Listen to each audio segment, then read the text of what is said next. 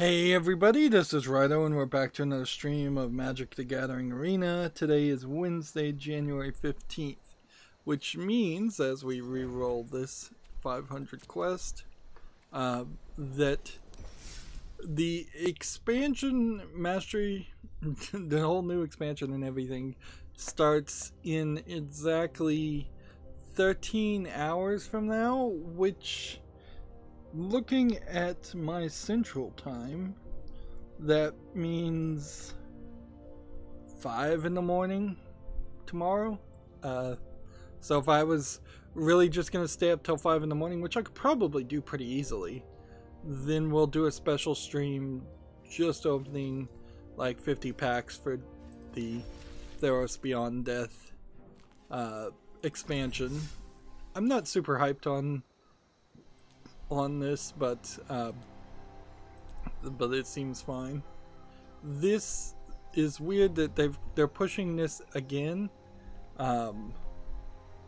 This deck I don't believe is any different than the deck before. Maybe I should just double check my Prime Loot account and just make sure that they're not giving yet another deck, another pre-built deck of cards, but that'd be nice if it was. As for my mastery level, we got to rank 131, so we're at minimum here doing that. If anything, it wouldn't have been a terrible idea to just wait one more day and not even do the daily quests. And so I guess if we get through all the news and these daily quests aren't done, it doesn't really even matter. The only big thing is Brawler Days is ending for this card on January 16th, so basically tomorrow. Basically tomorrow, and then a new Brawler Days is coming in, and the Brawler Days unfortunately are like pay $12.50 effectively, or the equivalent of such, to get a commander card that probably doesn't matter and be able to play the brawls, which I haven't even been playing the Wednesday brawls because they don't reward you with anything. And I don't want to play Ranked Draft Dominaria, but I do want to play this, or more accurately, I want to purchase this and sign up for this so that in the new expansion I can play this and I should be fine,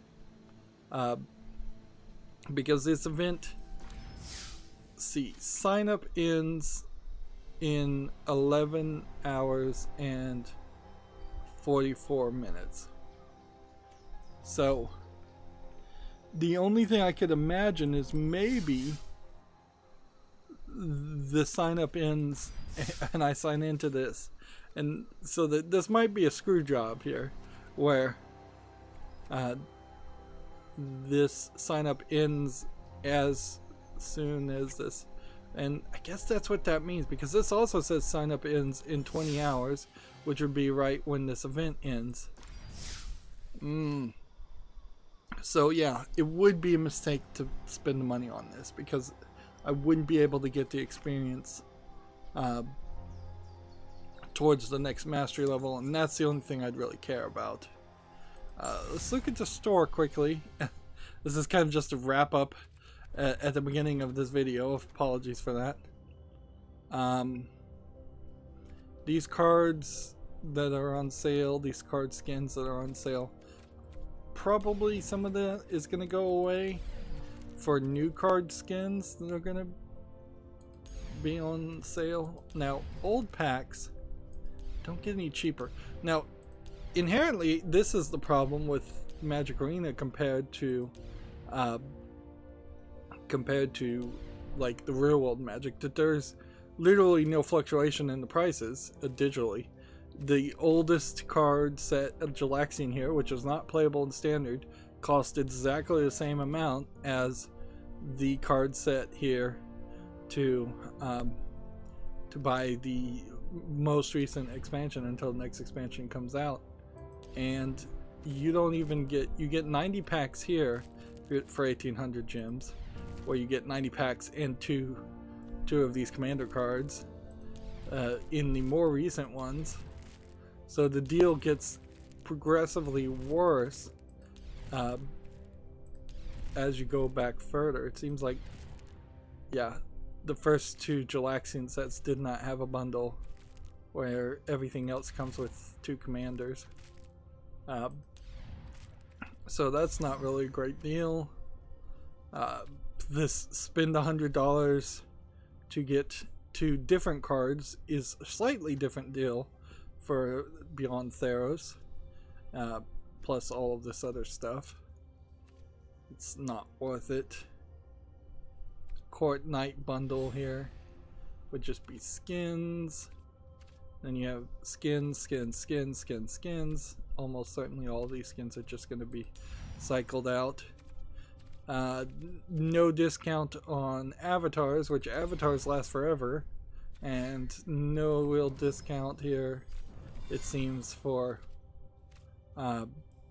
sleeves, but sleeves also last forever. Frankly though, if you have more than one sleeve that you even care about, you're joking yourself. And then we've just got more skins here. And pets incredibly expensive too. So yeah, the store probably will look different with the new expansion slightly, but I imagine a lot of things still will be on sale, and they'll still try and get as much money out of you. Let's hop into a game. Let's see, what are we trying to do? Just play ranked, I guess. Let's play a little ranked, see if we can win, if we're go out with some victories, probably with these decks, and then build some new decks and see how those play in the new expansion tomorrow. Although I don't, if it's anything like a Hearthstone expansion, what can be expected is it will be a particularly long video that maybe, I guess, maybe we'll rebuild the decks and make separate videos for that, but maybe not. I'll have to think about that, and we'll have to get back into the deck editor. What we don't have right now is anything that lets us see the cards. That was something Hearthstone would do, is that usually within a week you could look at all the cards and get somewhat of a general idea of what the cards are. They were sort of moving away from that in Hearthstone also, but it does seem like unless I can look at the Theros cards right now in the collection, it seems like those things will not unlock until the expansion unlocks, which that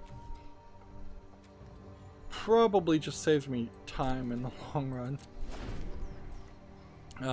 because then I don't make videos, and that was a problem with Hearthstone in particular, is that when these expansions happened, I would spend that they were usually pretty successful videos, but I would spend a lot of time like doing card pack opening videos, and then a deck rebuild video for all 9 of the hero classes.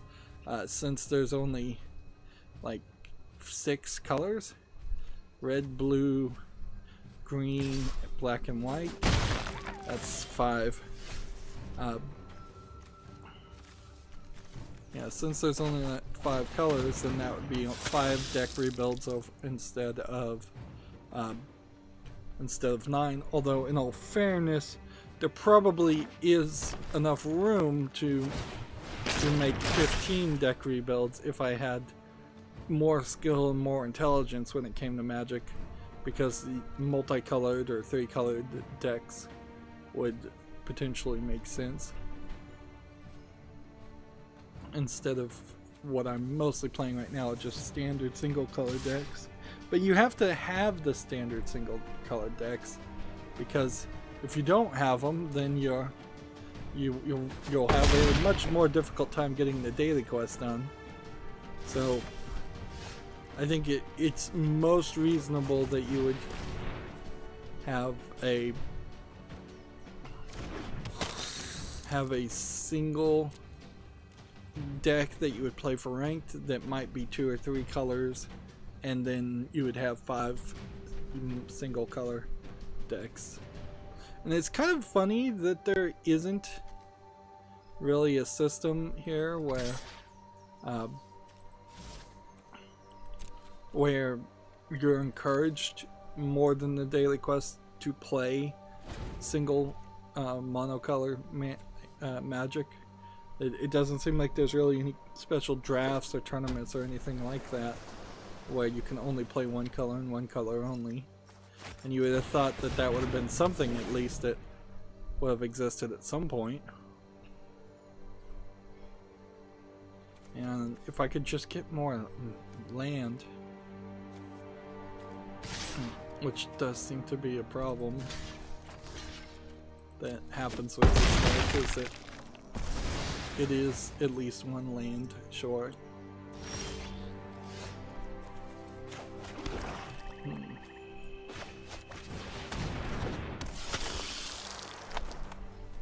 Go ahead and attack with that as well.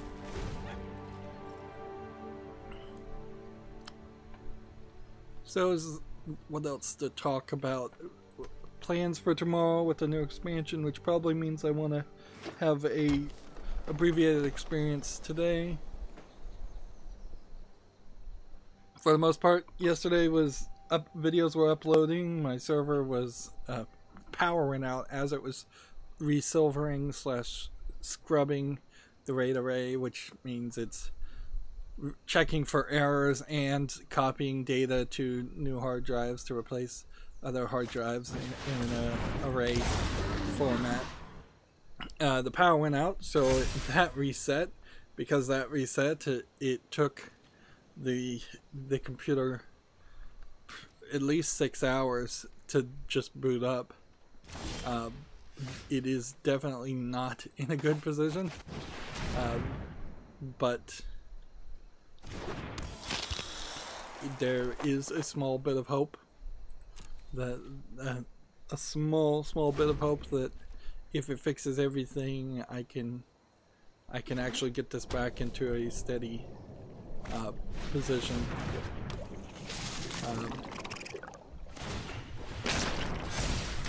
But it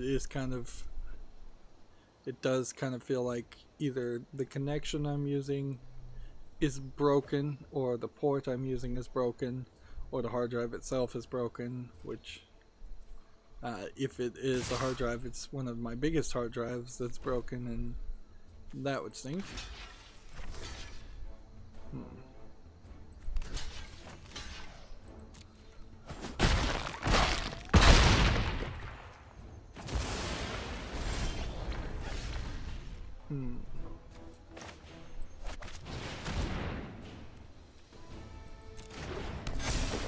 I've lost here.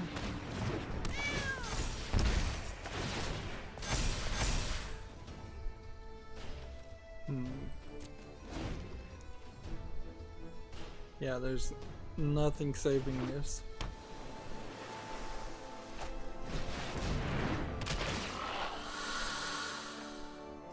As for the accountability section, I spent most of yesterday programming, trying to get my programming code on the network side to work. A lot of the day I spent with it just not connecting to the DNS server, which was just because of the power outage that my router has to be reset manually on some settings. It sucks, but I can't figure out a way to stop it from doing that. The settings,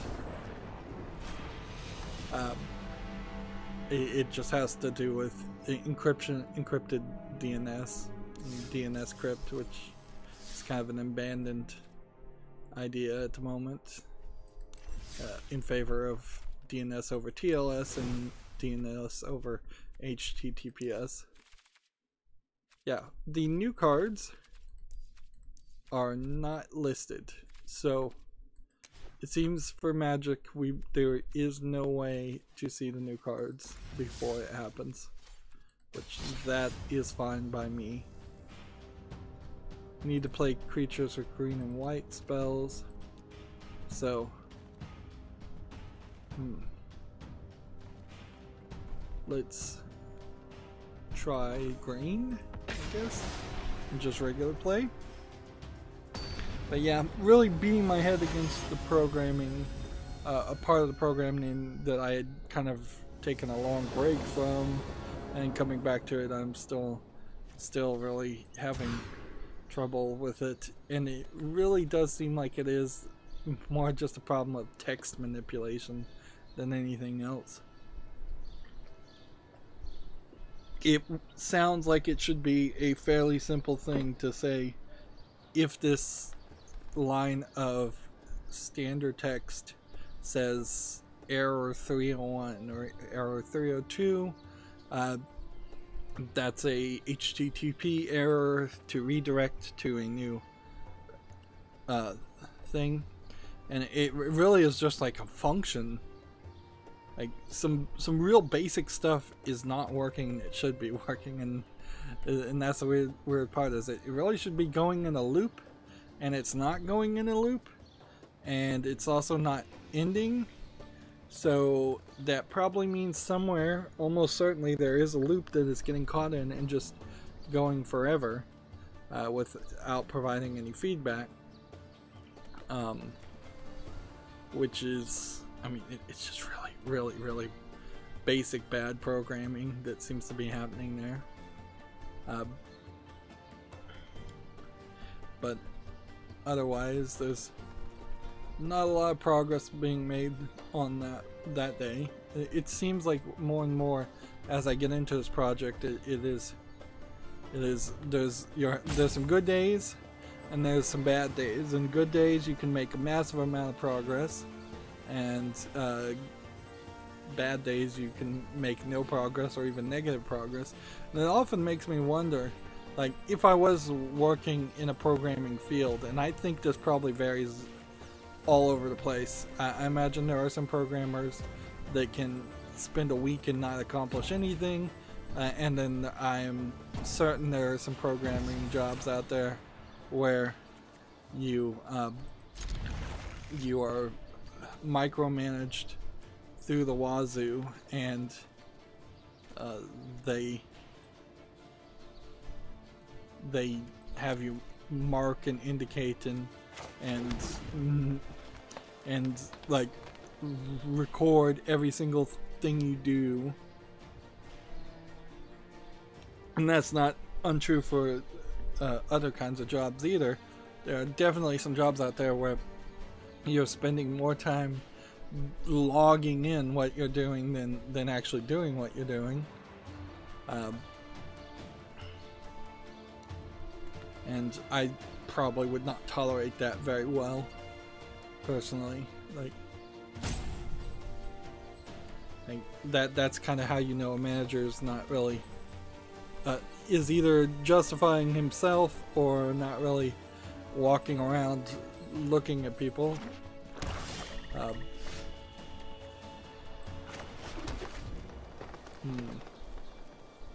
And some of those systems where you log into like a group ticket system, for instance, it does seem like there's a lot of possibility there for unscrupulous co-workers to claim that they did something instead of you. Like there's been at least 2 situations where I could easily believe, but never saw any real evidence of, that other employees who weren't really working were potentially just going into the ticketing system and putting their name on projects they didn't do anything on. Like you see that in school too, is group projects where one person doesn't really do any work and then takes the same amount of credit.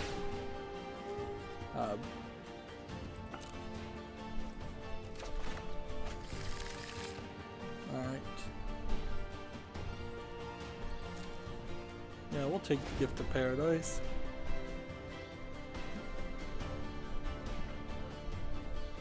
But yeah, as far as the programming I did, it's not a lot of progress there. I did start to think a little bit more about the SQL-like database that it will have to be in, and whether I want to try and use someone else's example code or just make something from scratch. And I could also jump over and try and put in the Bluetooth feature I wanted to put into it. But I did all of a sudden start running into a problem where the amount of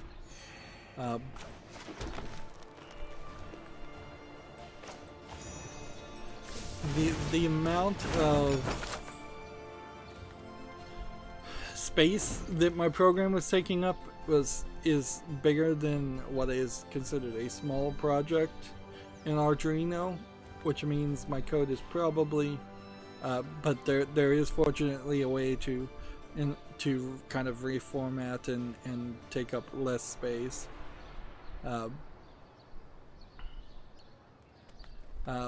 But that does open up a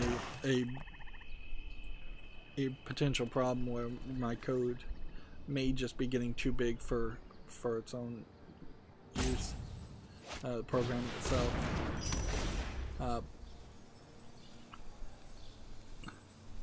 And that might, I don't know what really put it over the edge, whether it was just one more header file or whether it was just my code in itself.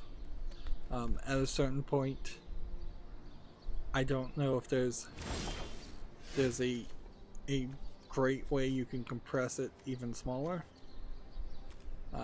Probably not, if I was to guess. Right.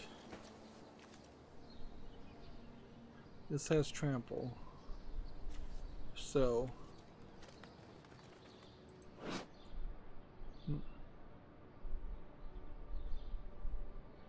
if I was to play this right now, I could get 4 things on the field, which I don't think I really need to do.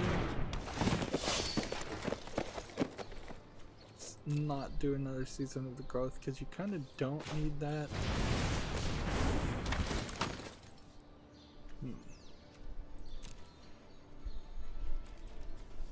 There we go. But yeah, it would be a mistake to do the Bluetooth programming because that really is a secondary feature, and I'd like the device to be close to fully functional in its first feature first. Its main feature. It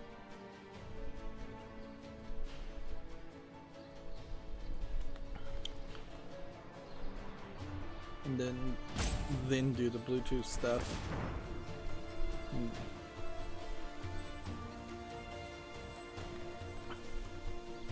I might have to jump through some hoops to use the internal hard drive or reformat the internal hard drive, because I am installing it as a big project now instead of a small project.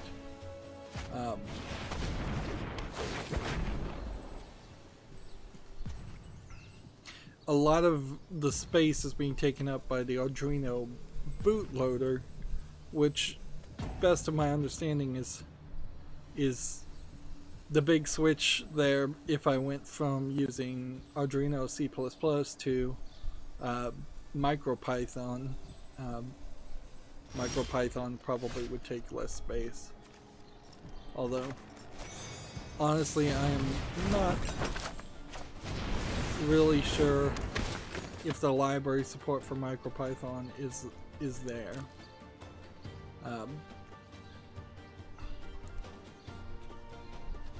So I could imagine certainly that it became a big deal, or a lot more difficult to switch it around. I've kind of already committed to one thing, moving over to MicroPython. Python in itself is not what I would recommend as a secondary language to C++. C++ is just much older and more complicated because of that, and complication might actually be what you want in programming. I would say learn Python first and then learn to hate C++ after, because certain things won't work. Python's newest version has added a walrus feature. A walrus symbol is what they're calling it, which is a colon and an equals lines that combines two lines of code into one, just to make the typing even more simplified, which is good for keeping good, well-written code, which I think is probably overemphasized on Python as easy to read, well-written code over instead having code that, let's see, can we do 5? I say no. We probably can do 4.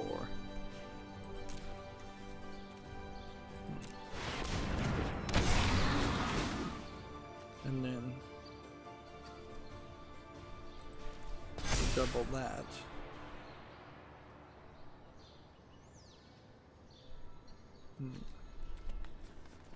And then we'll toggle that. And then just do nothing.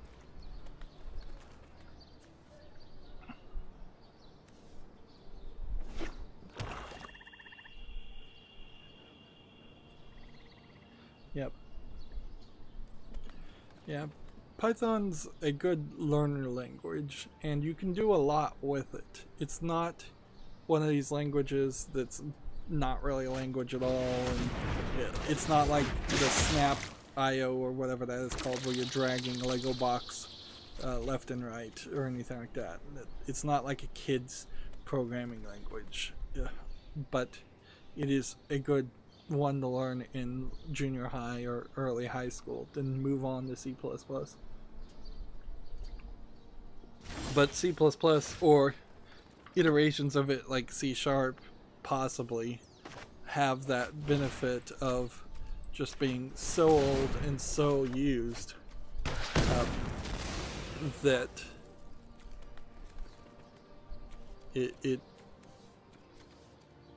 makes sense that that would just always still be something. Let's see.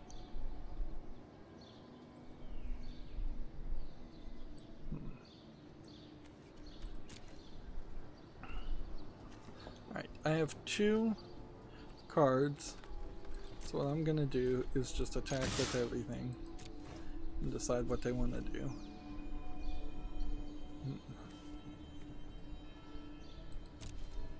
See if he wants to block. I probably have a victory because I have growth cycle.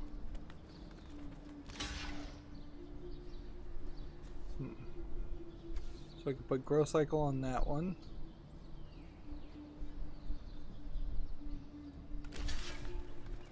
And or I could put growth cycle on that one.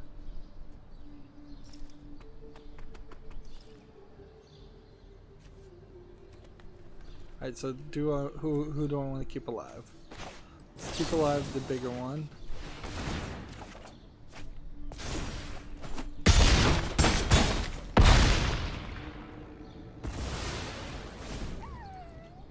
There we go.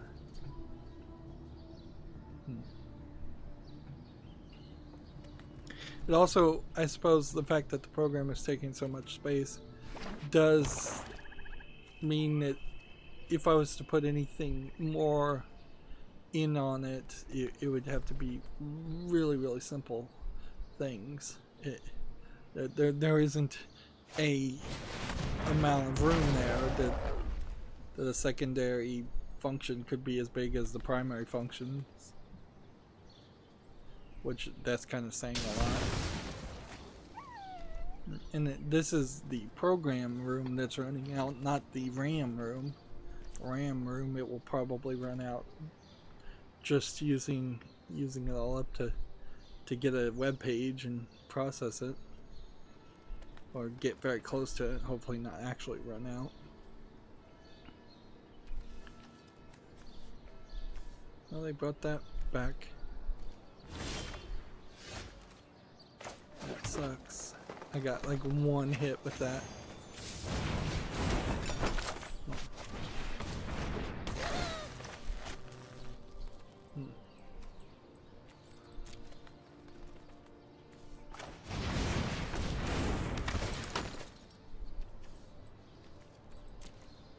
And we don't really need land.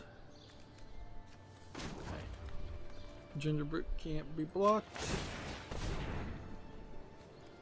Next, all attack.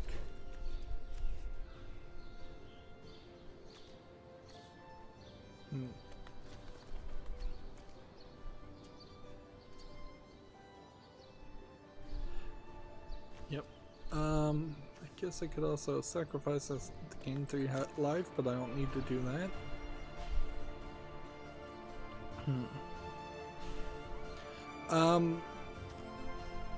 Speaking of the programming and all, like, I still have like 10 games 10 videos that I need to upload, so there's definitely room, maybe Saturday, in which, like, I guess I'll be taking mostly a break from programming today, tomorrow, and Friday, because I'll be streaming, and after that,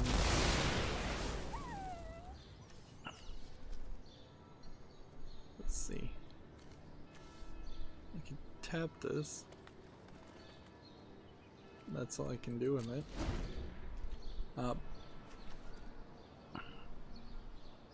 But yeah, on Saturday then I upload some more videos, do some more programming, and then it's time. It's well past time.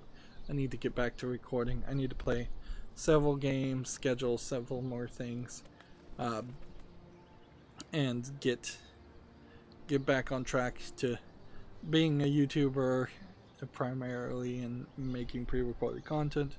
That being said, like series like Rhyme are airing on my channel right now, and I get no views, and that's how it's been for at least a year too. So stepping back is a logical, smart thing. It's just kind of the Lego videos get some views, yeah, because I've, I guess, built up a consistent pattern with that, and people like Lego games.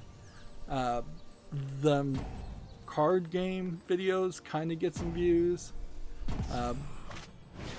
But a lot of the games I cover, yeah, they get nothing.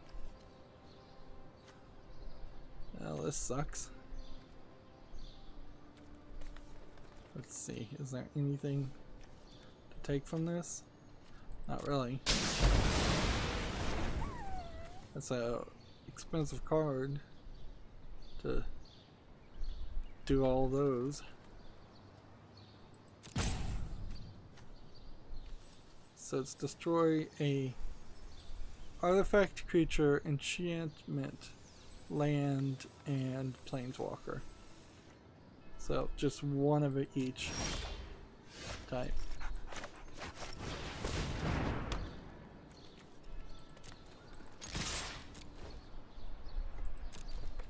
But yeah, I do still want my channel to have footage. At least 2 things airing daily. But certainly there have been a lot of YouTube channels that barely do anything, even one thing daily. A lot of channels that are getting down to the point where they're barely doing anything,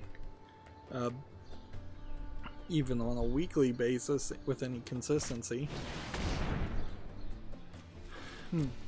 And there are some possibilities with it now being, until they fix their little ad thing they put in, it is pretty much impossible for me to listen to the Beastcast, or the Bombcast goes on Giant Bomb's YouTube page. The Beastcast doesn't seem like it does. At least I've yet to find it. So even last week's, like, I didn't hear it, which is fine. So that's somewhere between 4 and 6 hours a week of podcasts that if I just am forced to not listen to, that saves me a lot of time. My ability to multitask while listening to a podcast is somewhat good, but not that perfect, so it probably does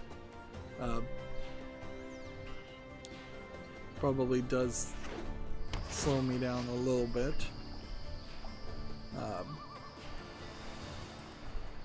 We do have a decent amount of news today, and I guess we probably should do that. I would say one thing about Magic Arena is, even though they're like tweeting out streamers who are doing things, they're really not doing enough to really hype up this new expansion. People that know about it. People that don't.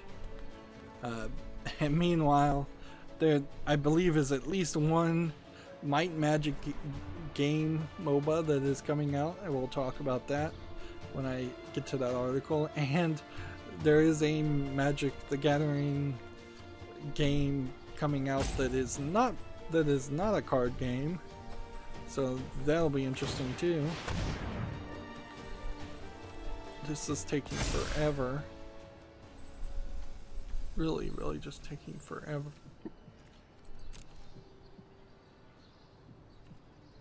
And all I need to do is 6 more damage, but I don't know how I'm gonna actually have that happen.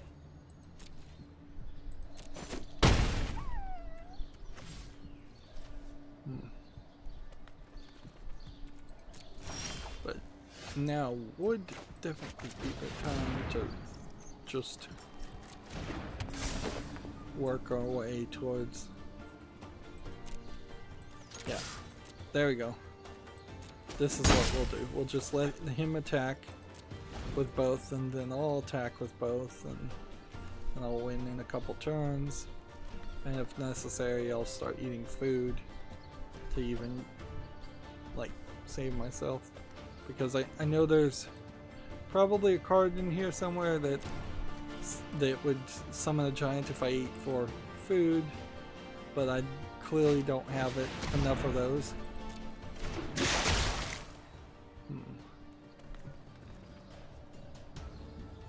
Like, I should take the victory. Of course, now I'm in trouble because he can attack with this and this and still have a 7 character. Gamma Sutra has an article here. Get a job. Heart Machine is hiring an associate producer. Heart Machine is in Culver City, California. I believe that's a new name for maybe an old company.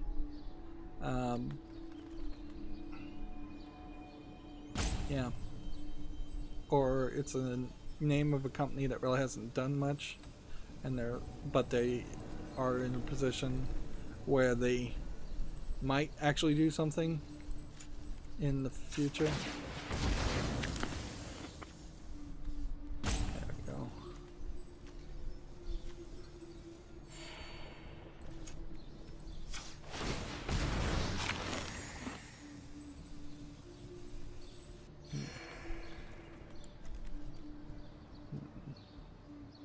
So, next article, TechRaptor has this. Ubisoft just announced a Might and Magic Battle Royale. Now, what's interesting about this is Ubisoft has been all over the board, kind of not wanting to make video games. So, them announcing a Battle Royale game starring characters from the Might and Magic universe, of which I don't think there really is any named characters in the Might and Magic universe that are particularly too interesting. The Might and Magic puzzle game that I played a long time ago is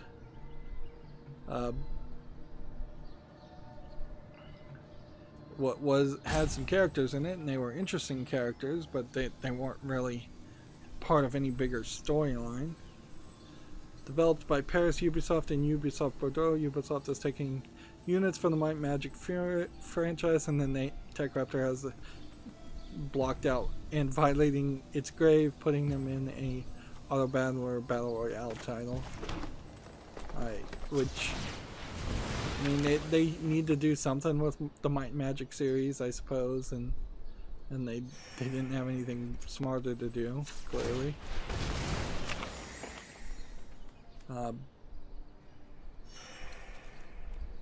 So I can't say I particularly hate this idea.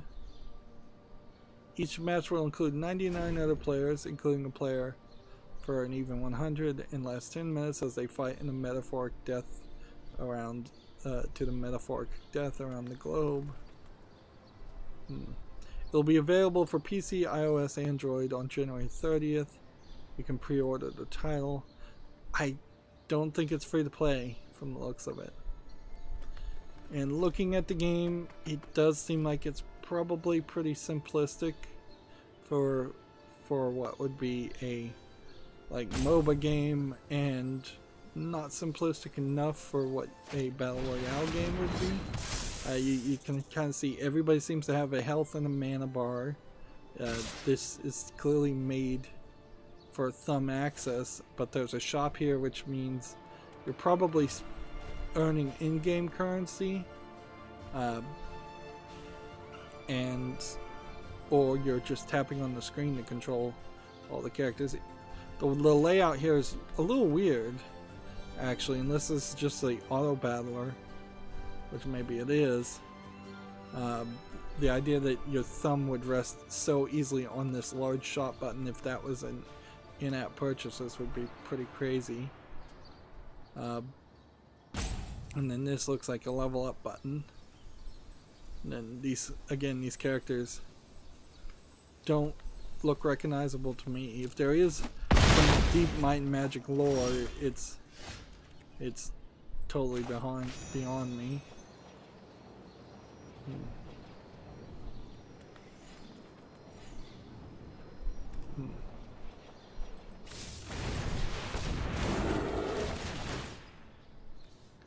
Let's see.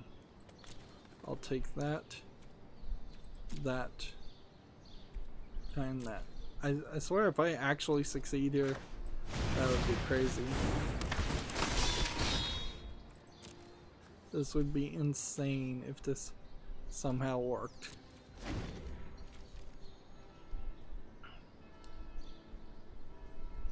Like, I don't hate the idea. I kind of hate that that's the only idea that Ubisoft seems interested in.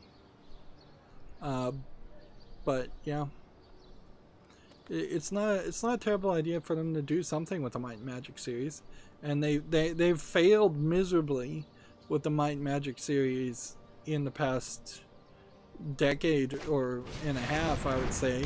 Like Heroes of Might and Magic 3 Gold Edition, which is like the 4th or 5th repackaging and re-release of Heroes of Might and Magic 3 with just more content.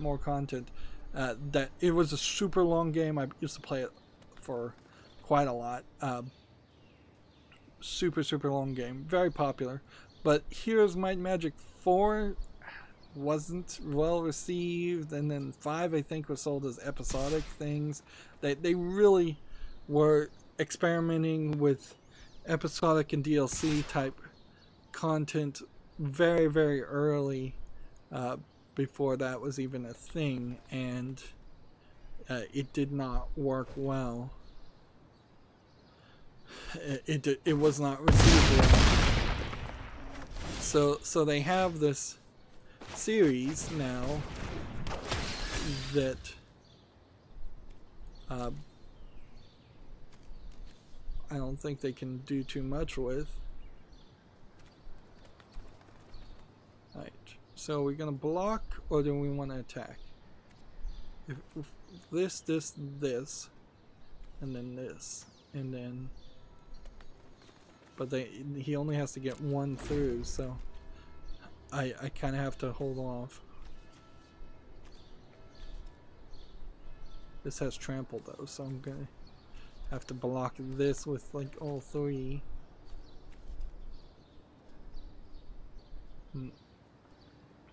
Gamasutra has an article here. Square Enix is shutting down Mobius Final Fantasy after 4 years. So I can't really assume that that was a super successful mobile RPG. There's a lot of spin-off Final Fantasy things that Square Enix has kind of failed to do anything with, particularly when it tries to be something other than a single-player RPG that's super long and super big.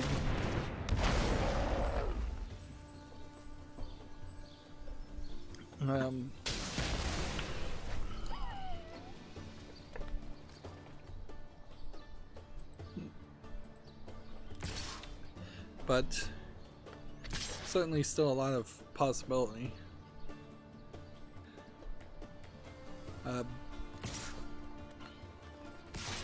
Yeah, the fan base of Final Fantasy is... Okay, let's just go ahead and concede. Save ourselves. Still has some fandom for at least a few of the games.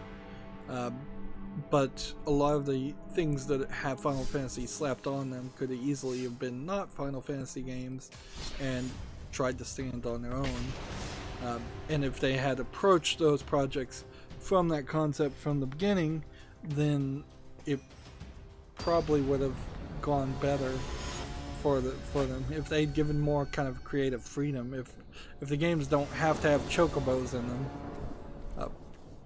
On the other hand, this is just kind of probably a prime example of the upper management meddling with the development of games in Square Enix, and that's why Square Enix is not doing as well as it should be. Like, it really should be at the top of its game, and it really isn't.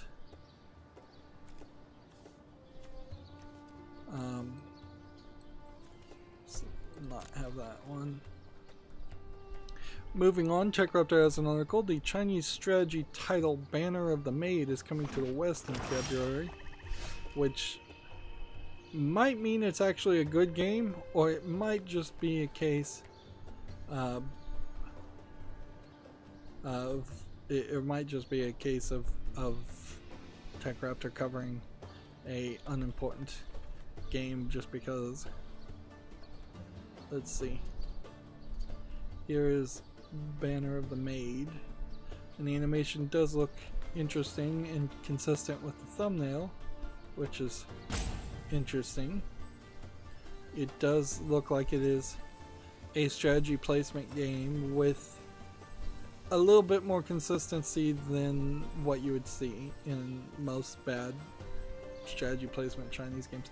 There's still a ton of text and a ton of numbers being shown, but this has a lot more polish than what I've seen in the past. That being said, a $16.99 game being localized to English is probably not a great experience. Hey, I've got something new in my inventory. Let's see. I have 25% off Light Matter, the game I put on my Steam wishlist from last stream. I would say Steam doesn't give off enough coupons, and that's probably Steam game creators' fault. That if they actually did give out coupons every single week, there would probably be enough games out there that I'd have a discount on when they went on sale, that I might be able to double up on the sale and a discount, which probably doesn't even work. But you can certainly see how, if such a thing did exist and work, that would be appreciated by people. If they started taking more of a grocery store approach, where there is weekly sales plus coupons plus double coupons, because that is kind of the way a lot of the games on Steam are going, is that they are bottom of the barrel, 69-cent products, as much as a in the same vein as a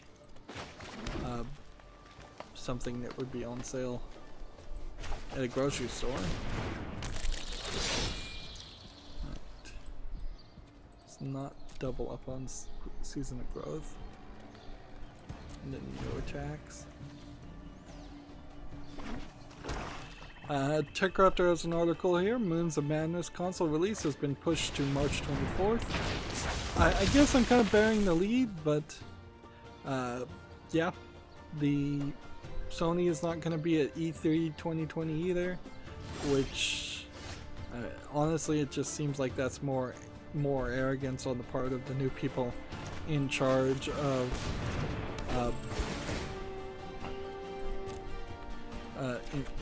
arrogance on part of the new people in charge of Sony. Instead, they're saying that they'll be going to hundreds of events instead, which hundreds of events can mean basically anything. But it certainly doesn't speak great for E3. It doesn't speak great for the PlayStation 5 launch. It doesn't look great either way. It would be kind of funny if this hostility, or this seemingly hostility that exists, actually turned into outright hostility between the ESA and Sony, and games started having trouble getting approved or getting rated, and then all of a sudden the PlayStation 5 doesn't even have games that are rated by the ESRB, they're instead internally rated by some other company. That'd be a strange twist of events if something like that happened, and I doubt it would. But yeah, the E3 has problems, and Sony knows it, and Sony is not helping E3 be better, and the ESA who runs E3 are not really doing a lot to make E3 better. I still feel like E3 kind of needs to exist. Like, if everything just goes to the Germany-based Gamescom events, that's gonna be weird, and you're gonna lose people who don't want to travel outside of the country, or smaller presenters. Let's see.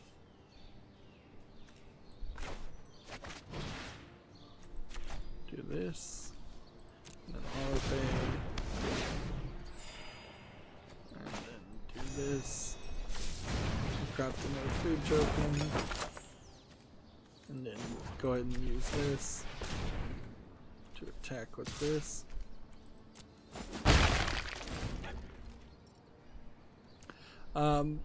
We'll talk more about E3, I guess, a little bit later if we have an article. Gamma Sutra has an article here. GameStop stock tumbles by 16% following poor holiday sales. I almost would say, if GameStop is guaranteed to still be in business by holiday Christmas 2020, now might be the time to buy up their stock, and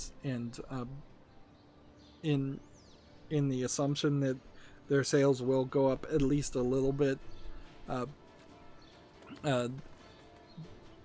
during the release of the Xbox Series X and the PlayStation 5.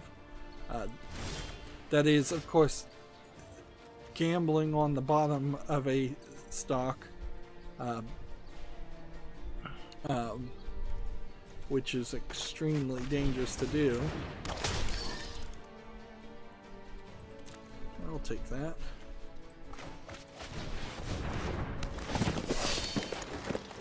Stick with that.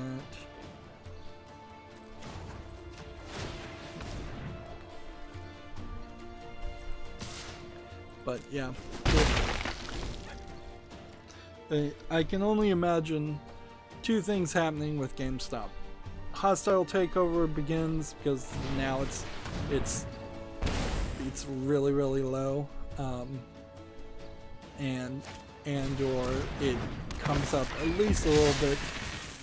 Like, I still don't think that holiday 2020 people would be buying, the vast majority of people buying new consoles would still be would be buying it through a online storefront, which would be the only other option, or through like Walmart or something.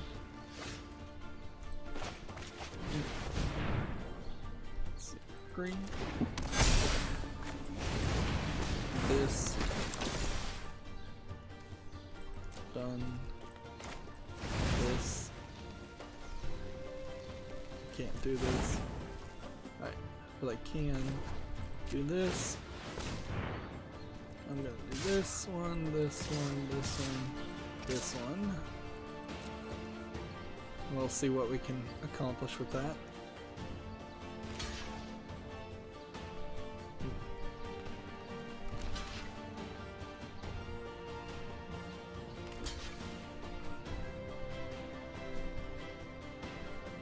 Probably nothing. Let's see. Let's see. GameStop stock price is now down 24.5% from the start of the year. I'd like to actually see if I can find what it's actually trading at. Let's see.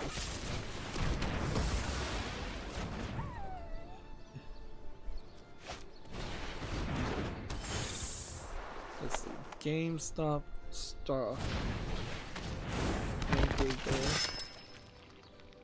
Right now it is trading at $4.61 on the New York Stock Exchange, down 0.1%, or $0.1 I guess, or 2.12%. It did have a bit of a spike. It seems like it spikes up and then it spikes down, going as low as slightly above $4.55 up and spiking up to $4.70. So yeah, it's still a far way to fall to be delisted or anything like that. I think they'd go into bankruptcy or something else much quicker before they'd be delisted, and it still probably is not cheap enough that somebody would try to do like a hostile takeover. Green or white spells. Let's spice things up and play a white game, and then we'll go back to ranked play. Next we have a game on Steam called Wizardry Labyrinth of Lost Souls. It's a dungeon crawler, obviously. It does seem like it has a decent number of characters being shown on the sides.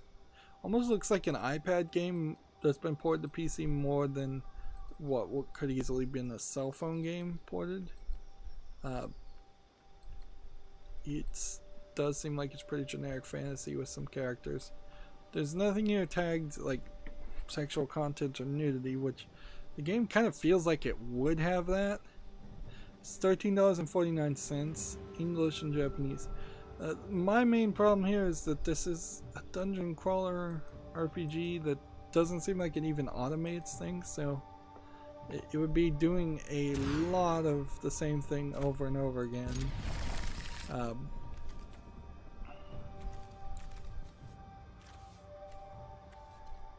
Let's just put that away.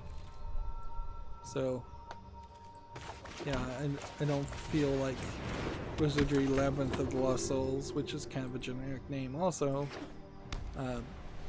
probably stands above the rest as far as other dungeon crawlers, and I'm not sure any dungeon crawler is really worth playing.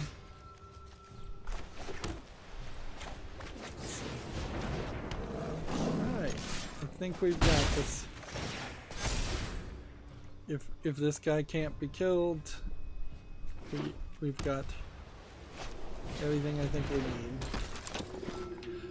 Techraptor has a review here for Simulacra 2, which looks like a full motion video game, which, and I have failed to really cover any full motion videos, even though I bought quite a lot of them. Which, yeah, again, that becomes part of a problem.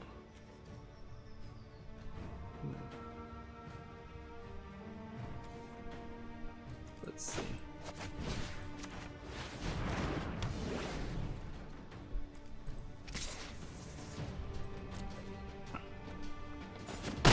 It doesn't actually look like it's full motion video. Actually, it looks like you get into a cell phone with some, and that's where you spend the most of your time, is just looking at a cell phone.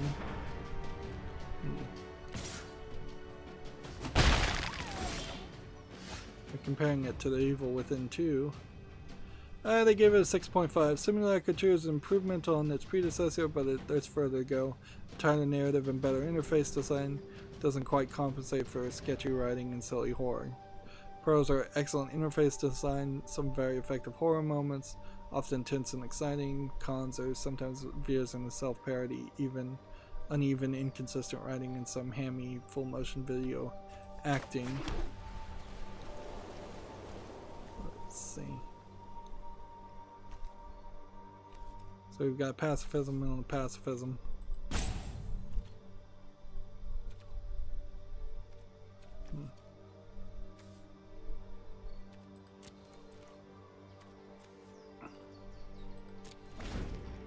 So this guy could just wear us down at this point. So I guess Simulacra 2 not good enough to make it. Next we have a game on Steam called Ayahuasca. That sounds like a Native American word, if I was to guess. That's a... oh, I mispronounced it. Looking at the video here, it does seem like it's a bunch of trippy light show. Which I can't say I hate the graphics. I just kind of hate that this is an inconsistent game that's not really telling me anything. It's a virtual reality film in which the participants are immersed in visions triggered by a dose of ayahuasca. Yeah, it's a Native American drug. I probably have heard that drug before and just haven't seen it written. $12.99, English full audio, and a bunch of other languages claiming to be full audio too, which probably guarantees that it's not really full audio and it is instead just someone speaking Native American or making sounds. So not a game, and really just a virtual reality equivalent of taking a drug trip, which is probably a poor comparison to actually taking a drug trip. So I don't think that there's real reason to do that. Ayahuasca might be one of those Native American drugs that can be extremely potent. It might be the one that like really makes you go insane for like 5 minutes and then you're back to being normal after 5 minutes. But I doubt that translates to being in VR very much. There have been some sci-fi stories certainly where you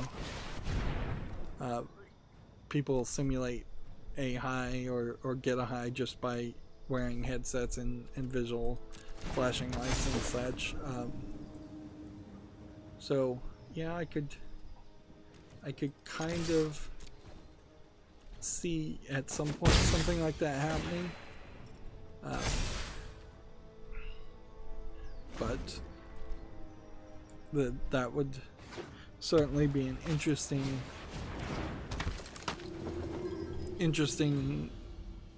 concept to experiment with in a society. Is that if you're getting high just by seeing flashing lights and you're not getting addicted to it chemically somehow, would that be a perfectly acceptable thing, or would puritanical thinking people still be against it, and almost certainly still be against it? Alright. Well, I'm losing. So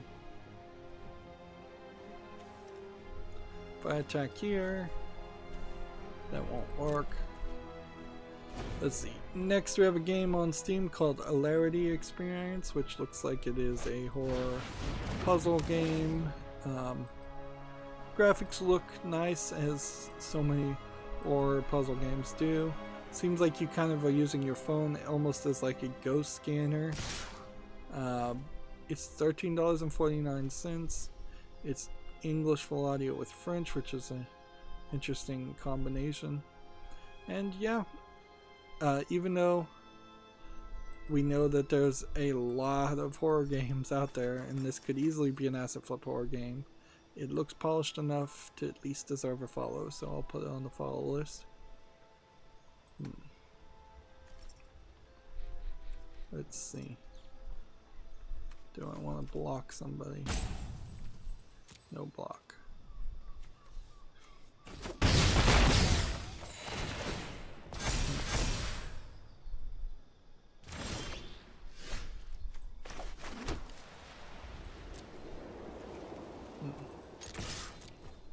Not really getting anywhere with this game, but fine.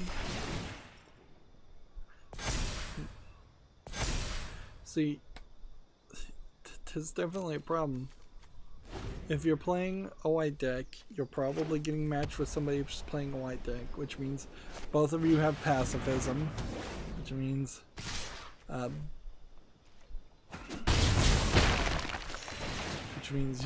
you're just gonna be outplayed unless you play it absolutely perfectly, which you probably won't.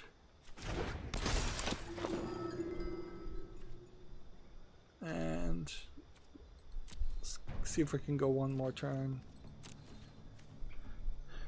Not that that's gonna really help.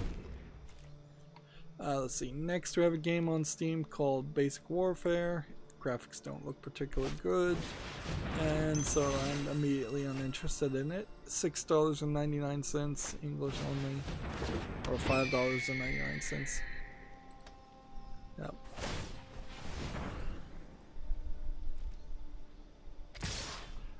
Game of Sutra has an article here. Monster Hunter World Iceborne's PC release has been pushed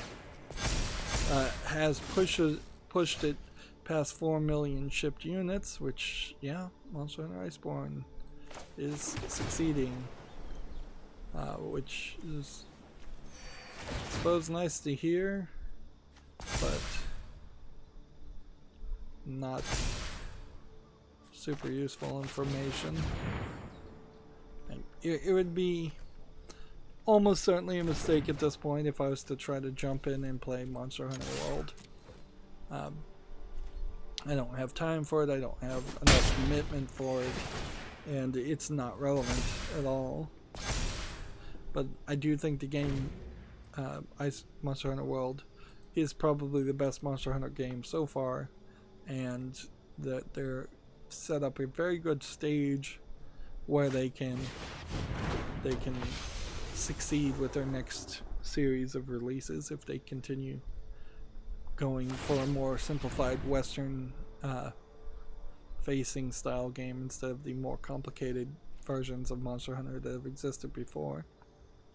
TechRaptor has an article for the Resident Evil 3 Nemesis trailer, which it's just obviously a video being put out, which, yeah, graphics still look good on the new engine, and it is just a teaser trailer. They're in a weird position because they basically said functions and parts of the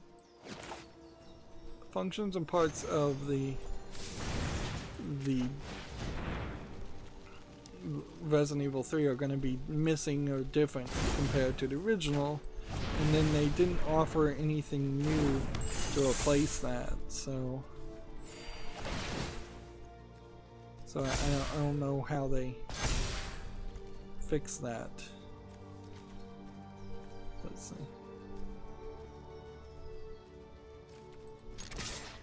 Yeah, they need to announce new features and not just put out a teaser or a trailer. Gamatsu has an article here. Sonic Ages, Sega Ages Sonic the Hedgehog 2 includes Knuckles in Sonic 2.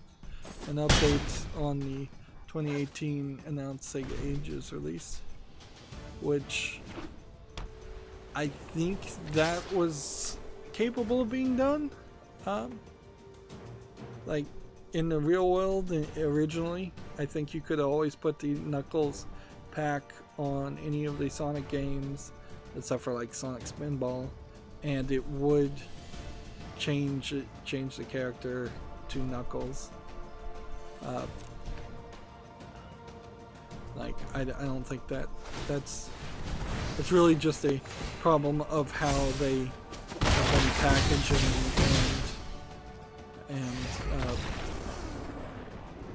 and reselling old games.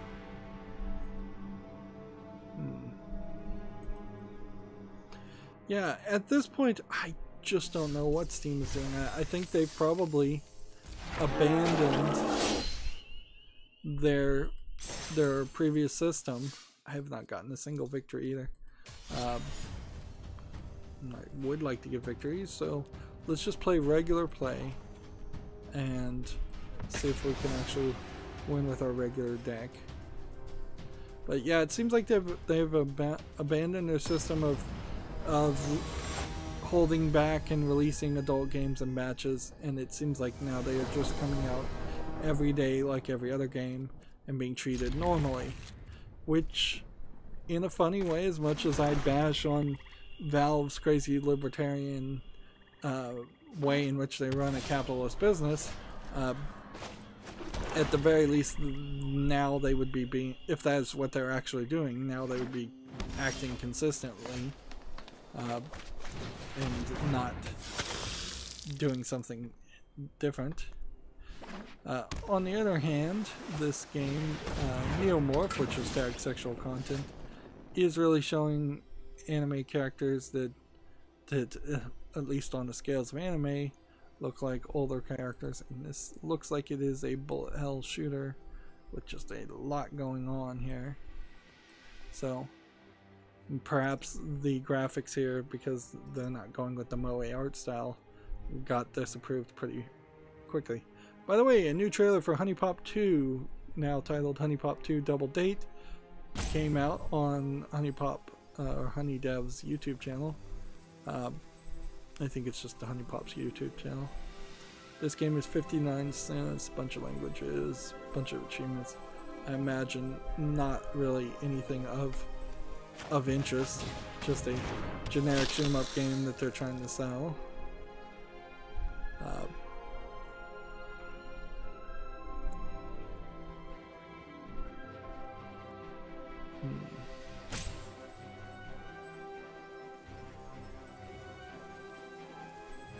So, sorry, went quiet there as I was scrolling through. There's a Hackaday article talking about the current state of video game emulation on the Raspberry Pi 4, which, generally speaking, I would say it's getting better every day.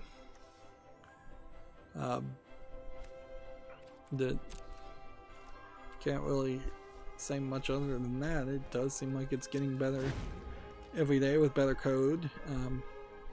I wouldn't be surprised if out in the blue somewhere around April a Raspberry Pi 5 got announced, or I would prefer to see a Raspberry Pi Zero upgrade come out, and I think the Raspberry Pi Zero upgrade is probably more likely to happen because if they're going to change anything there, they probably are going to be forced into putting more RAM in it, because they said they were having a hard time finding smaller amounts of RAM, as the creators of RAM chips are just using more and more of their making them bigger and bigger by default. It doesn't make sense to make smaller versions.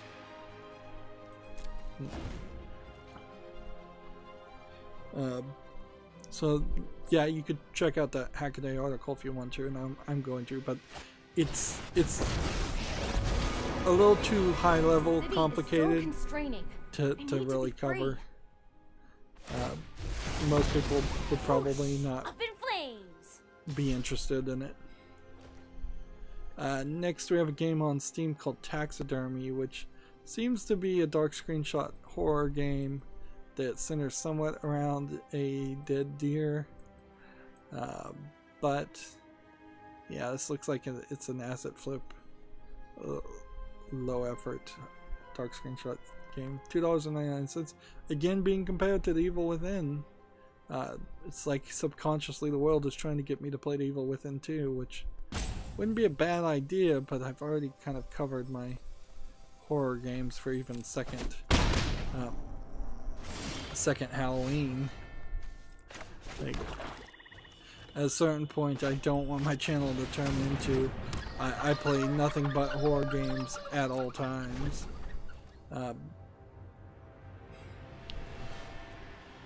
Yeah, Taxidermy is $2.99. Claims they have full audio, but yeah, it does not look polished enough to deserve to be on the follow list. Time to turn up the heat. Looks like I'm probably doomed. So what can we do? We can block this, and we can block this.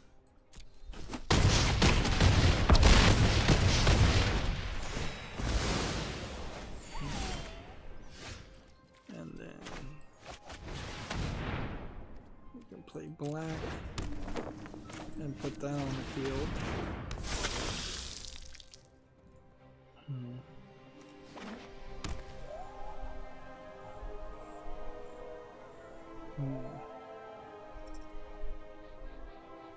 Well, I've lost. Next we have a game on Steam called A Mustache in the House, which looks like it's a bunch of asset flip, low effort game. 3D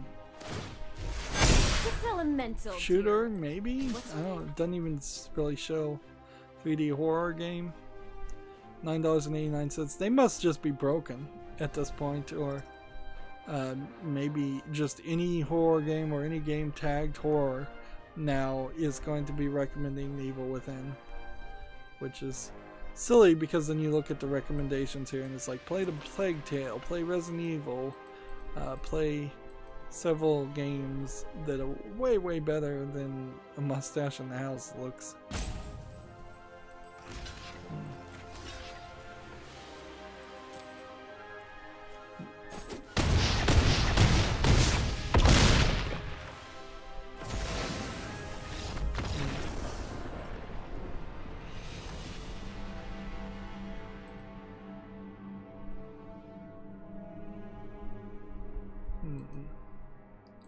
Well, that'll speed things up if Gamma Sutra is down.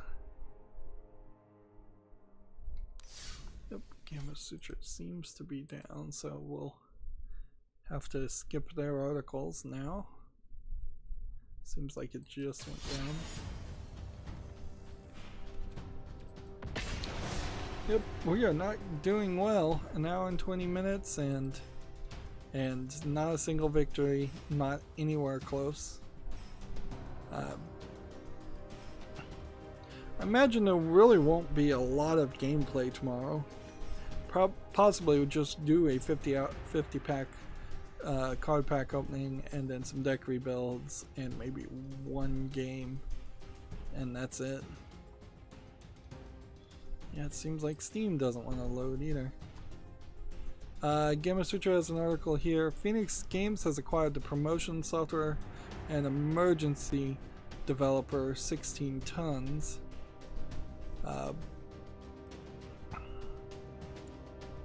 So I don't know Phoenix Games. I don't know any one of those other companies that is saying something.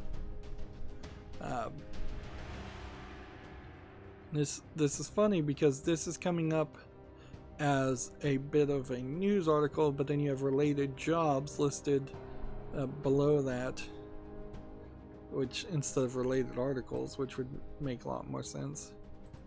It almost gives the direct bit of implication that Gamasutra is becoming so focused around people looking for game dev jobs and game developers themselves that they don't even care about random people looking at their articles anymore. Jeez, I wonder if my internet has just decided to mess up. Well, as far as it looks good. It's just every page I'm going to now seems to be not loading.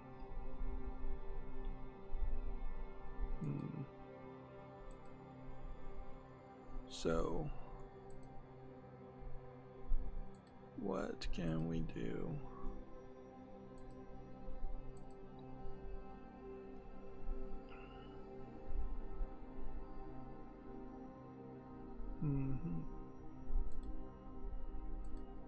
Oh, we've got a game that we have. That's not working.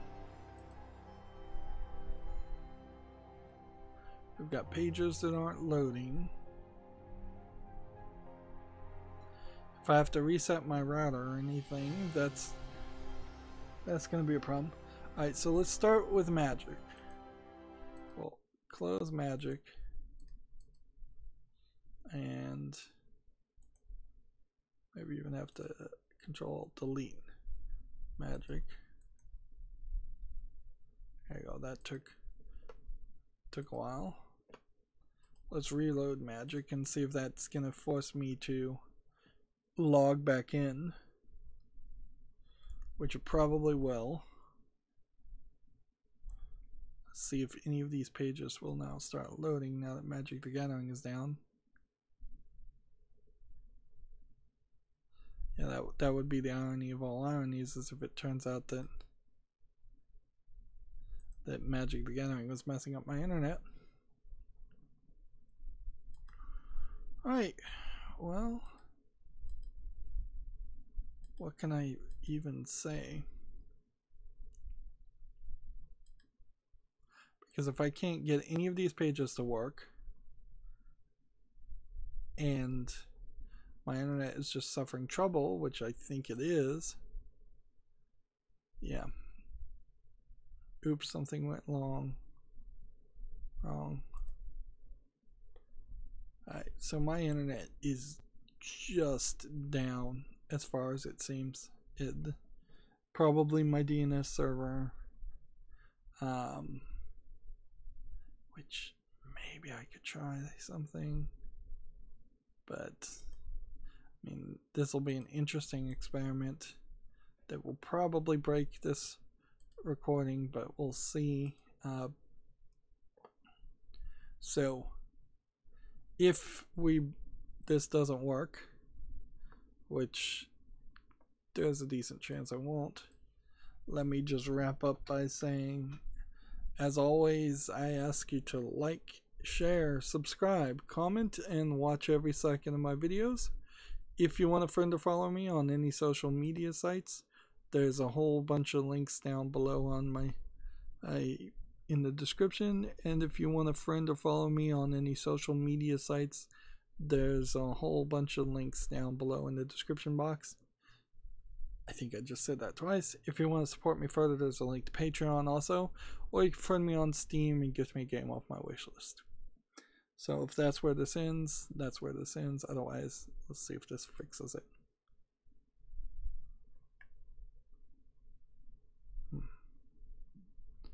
Alright, so far so good.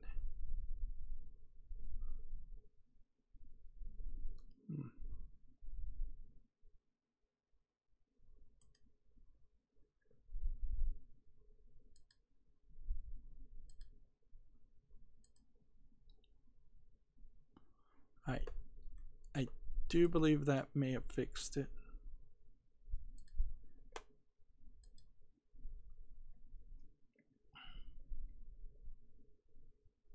Okay.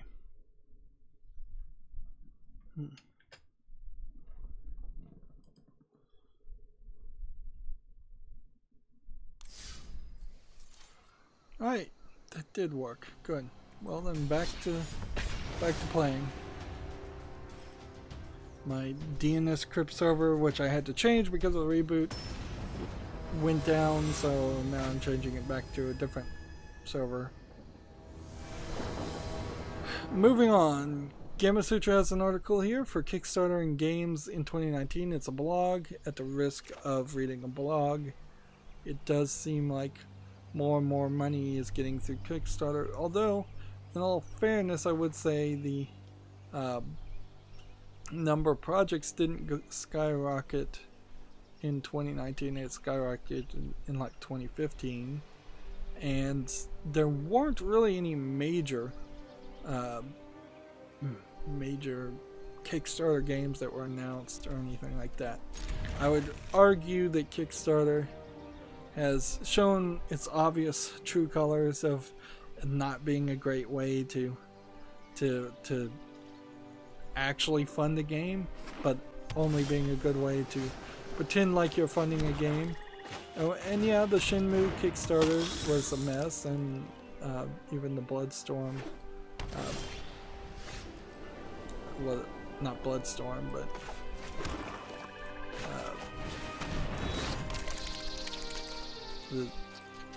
the Castlevania clone game from the director of Castlevania. While that was a major success, it also was probably the only big Kickstarter success, and it delivered this year, but it didn't really start this year or focus too much on coming out this year as a new Kickstarter.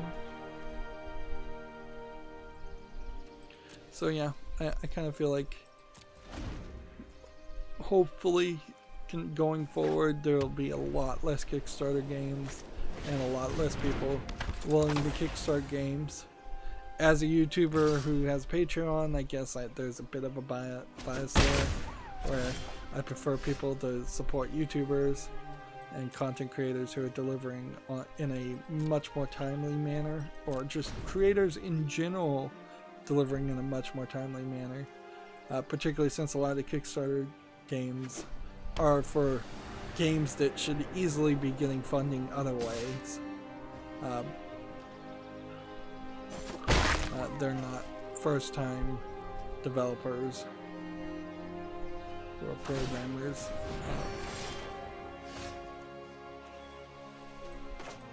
And that does kind of put me in a catch-22 where I really don't see the point.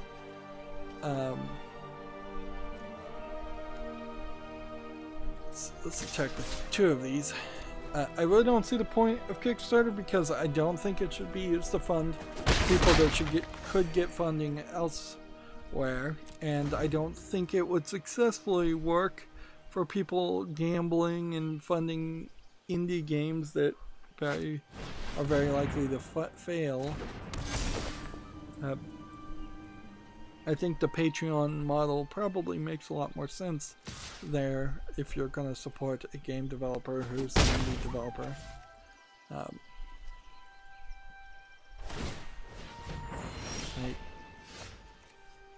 Although my own product that I'm trying to develop is like I could see ramping up and saying I'm running a Kickstarter here as a pre-order campaign to get like shipping and packaging and all of that funded, but yeah, that's probably not something I'd want to bother with either. Moving on, Gamasutra has an article. Gio Corsi is now Illphonic's Chief Product Officer. Illphonic made Predator Hunting Grounds, which, okay, I don't remember a game called Predator hunting grounds. I don't feel like there's been a breakout successful Predator game in decades. We play this. We play this. We play this.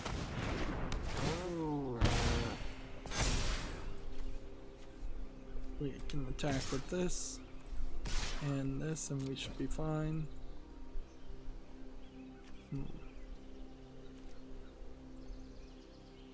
Next, we have a game on Steam called Here Comes the Mystery Teens, which looks like it's a spoof on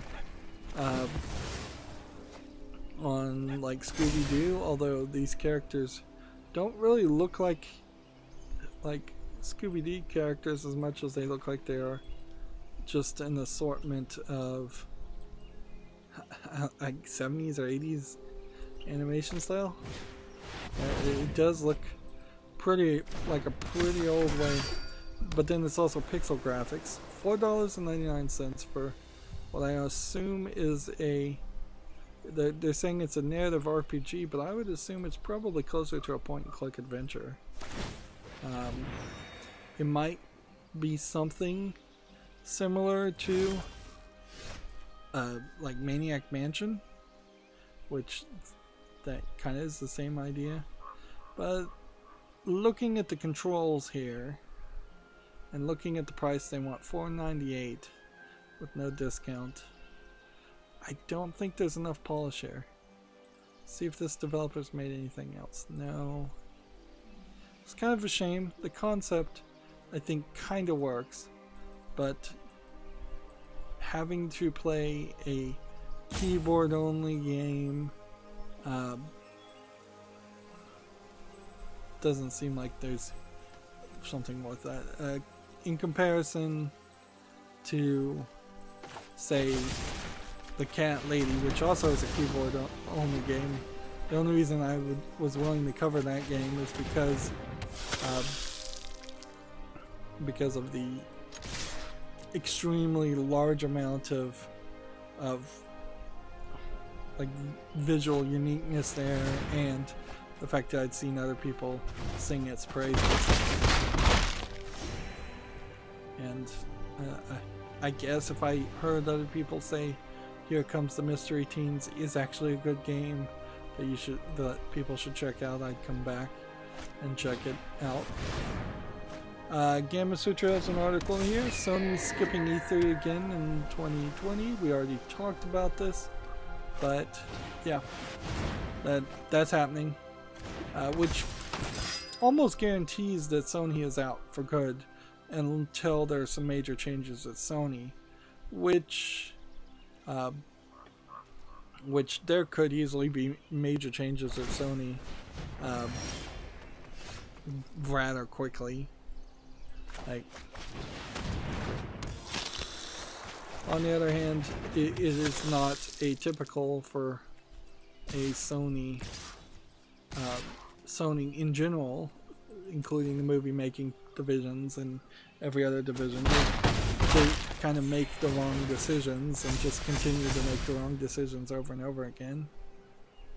Gamatsu has a similar article. Sony to skip E3 2020 will attend, quote, hundreds of consumer events instead,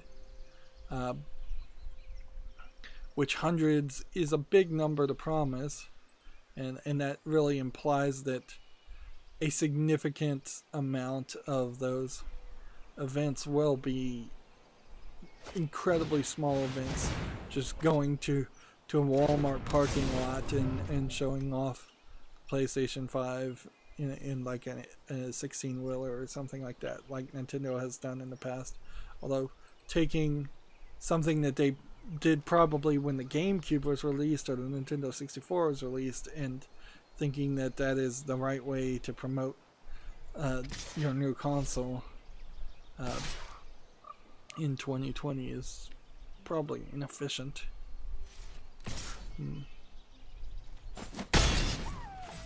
Gamma Sutra has a kind of follow-up story on the GameStop. GameStop says its unexpectedly low holiday sales follows an industry-wide trend I don't think anybody is buying that though,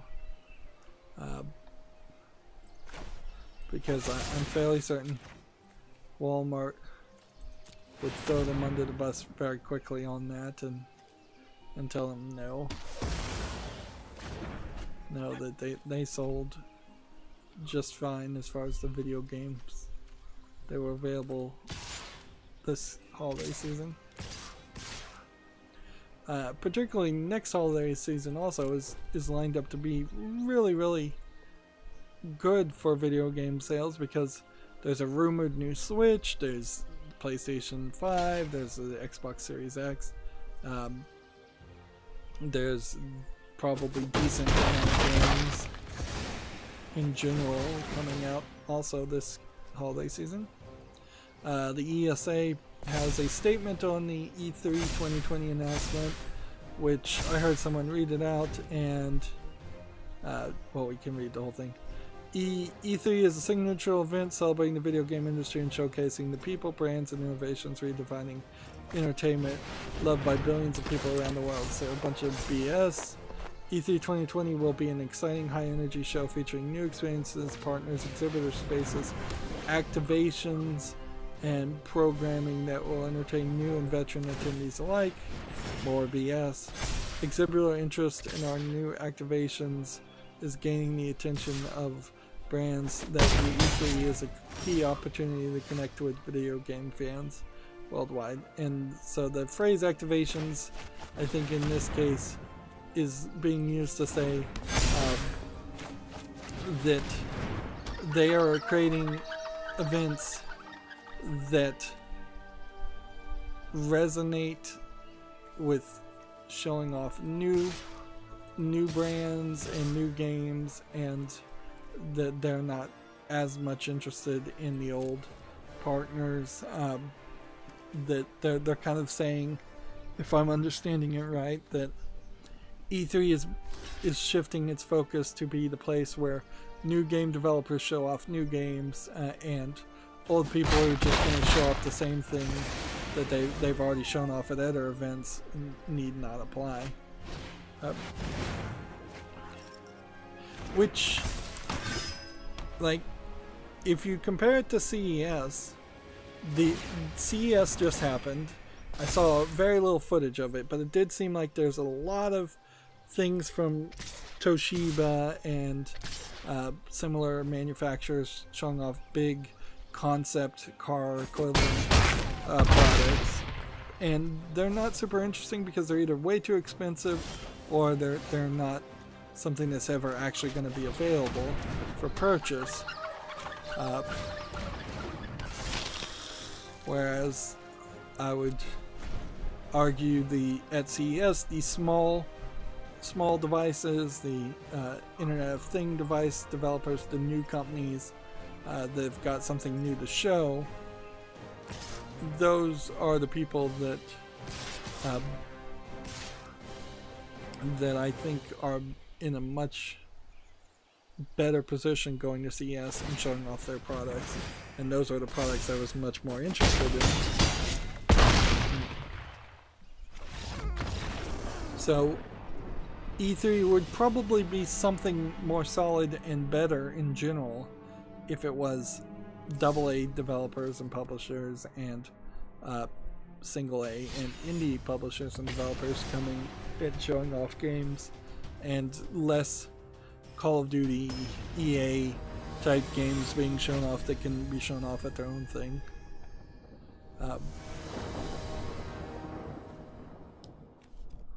On the other hand, of the past couple of years where I've looked at the E3 presentations, those have been pretty major wastes of time showing off games that are 2 or 3 years away. AAA games I would have heard through the grapevine anyways. I would have totally heard about them. And you would get easily, even in some of the conferences where they're showing 60 to 80 games off, you'd only get like half a second of some small indie game, where everything else was pretty obviously a AAA game that you didn't really need to hear more about. Moving on, Gamasutra has an article. Call of Duty, Beat Saber, and Apex Legend led PlayStation downloads in 2019. Doesn't seem like... it also was GTA 5 and Minecraft in NBA 2020 and NBA 2019. So... for VR, Super Hard VR, and Elder Scrolls VR, and then Apex Legends beat out Fortnite and Dauntless. So there was like 3 categories that this title is boiled down to the top one in each categories, when the full article could have done better. Oh man, I didn't realize that was a discard. I really needed that. And you gotta pay attention.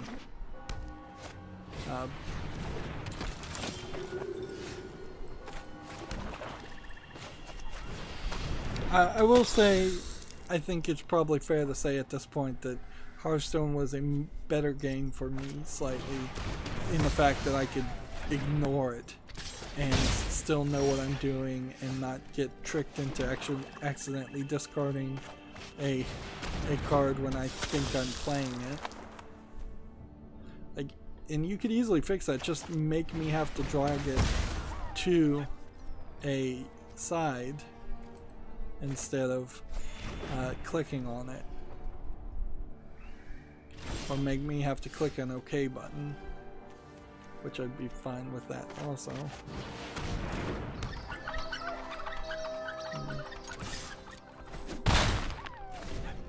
Moving on, Gamasutra has an article. Sony Interactive Entertainment Product Development Vice President Connie Booth to join the AIAS Hall of Fame, which is what?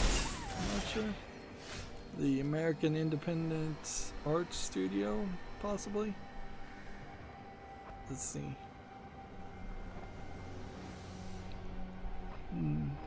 If I was to guess, yeah, they don't even tell you what AIAS is in the article. That's not helpful, nor do they link to anything.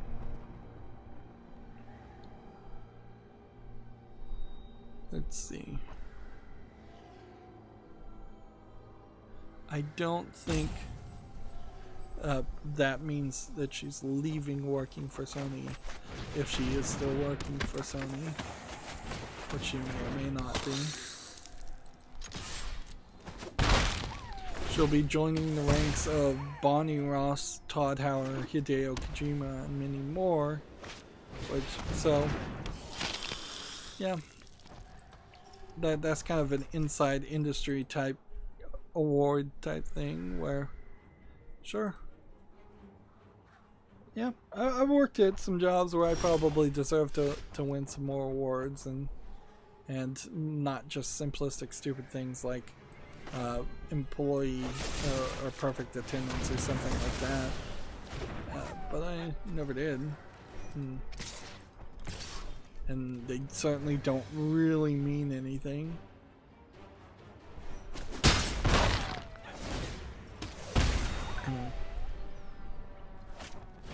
And not until you get to the point where you get like an honorary doctorate. If you can get like an honorary doctorate and call yourself a doctor at that point, or a PhD, and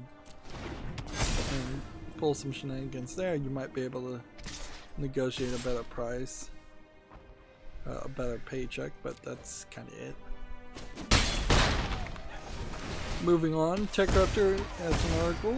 Magic Legends unveiled, launches in beta.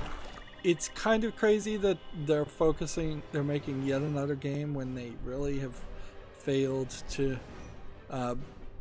make Magic Arena work perfectly. That they're jumping into the deep end, and I don't think they have the resources for this. What a mess I've made. Although, I guess this is being made by Perfect World Entertainment and developer Cryptic Studios, so it's not even internal Magic. So this almost certainly would be the game that gets abandoned, where Magic Arena, if everything goes well, will stay as the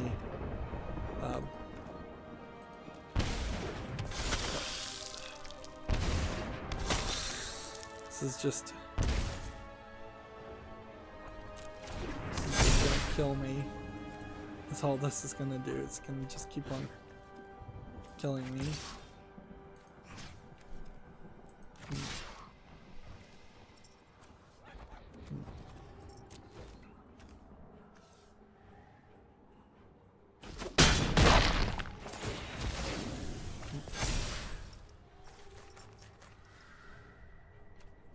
I guess I can put this on the field. It's gonna put me in a dangerous position.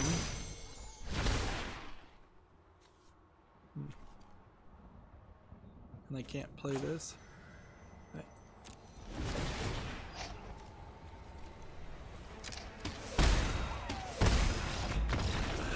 Man, I just lost due to my own stupidity. I just didn't know what those cards did. That's all that boiled down to, is I didn't know what those cards did. I didn't bother to look, and I lowered my health low enough to lose. Anyway, so Magic Legends, being third-party developers and publishers, probably the game that would get abandoned, knowing the history of Magic games. The title will be a free-to-play game. You'll be taking the role of a planeswalker in order to save the multiverse from a terrible threat. It looks to me like it is kind of a Diablo-esque RPG game, which Perfect World is kind of known for doing that.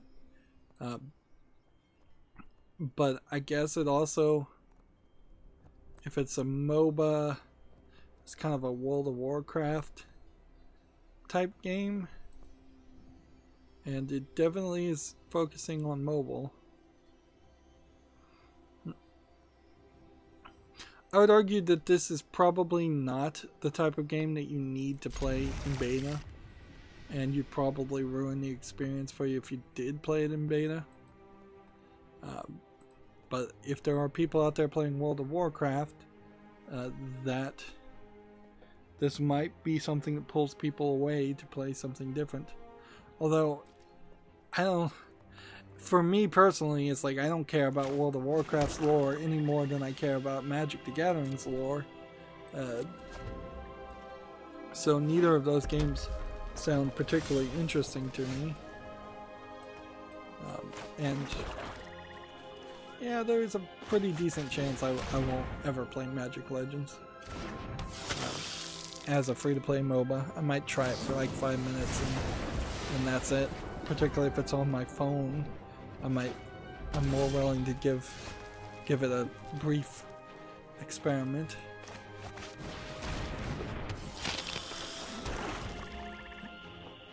Gamatsu has the similar article. Launches 2020 for PC, 2021 for PS4 and Xbox One.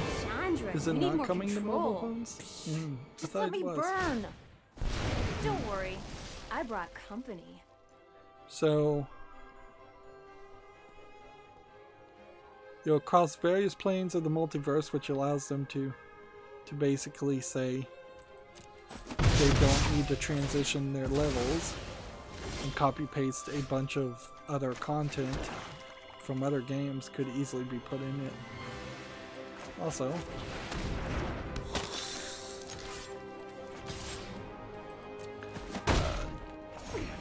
what the heck? Spells and collect spell fragments, make them more powerful.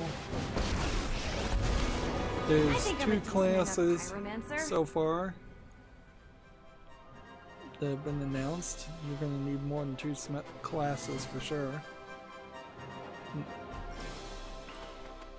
It really does just feel like it is a free-to-play RPG that is getting Magic branding, which might not be bad. They're so cute. Bad as far as Magic the Gathering just licensing their product and making some money and not really caring about the product. Let's get stoked. Which is, I suspect, what's going to happen here. And the irony of ironies is if somehow Magic Legends becomes the popular one and people are playing it all the time and not playing Magic Arena, they would definitely be peeved if that happened. Hey, that hurt. Gamma Sutra has an article. Forward Works is creating a new mobile game with Kadokawa and Cave Interactive, which I think I recognize those Japanese companies. Let's see.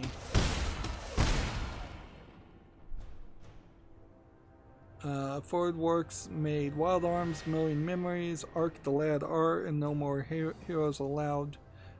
No Heroes Allowed Dash.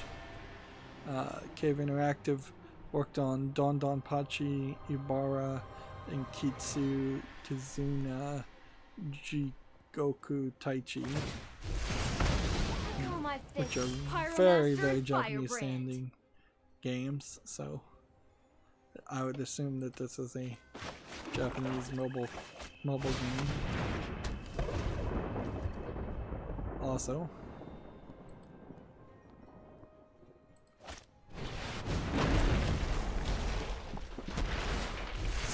Tech Route has a review here for Dragon Ball Z Extreme Butoden, which is a 3DS Dragon Ball game, which I don't know why you'd specifically be playing a 3DS game. 3DS XL with a download code given to them. Let's see. It will be a great filling for 3DS owning DBZ fans, but I imagine nobody else. Probably does give a bit of an indication if they're pushing this game right now that there's a decent chance that the next Nintendo focused Dragon Ball Z game will be on the Switch, and that would work.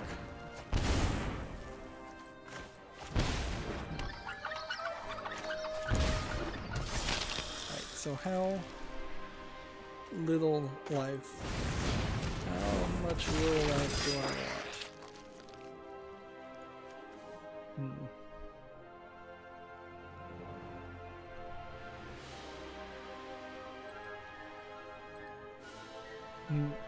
There was also a patch that apparently is running around that fixes the netcode in one of the Street Fighter games, one of the more recent games, which apparently had very bad network code. I heard about that on the Bombcast and don't really have an article about it, so I guess you could just search it. It seems to work unilaterally on PC, so if you install it, it will improve your experience. Dear. What's her name?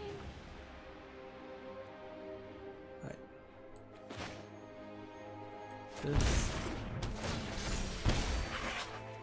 and then this, and this.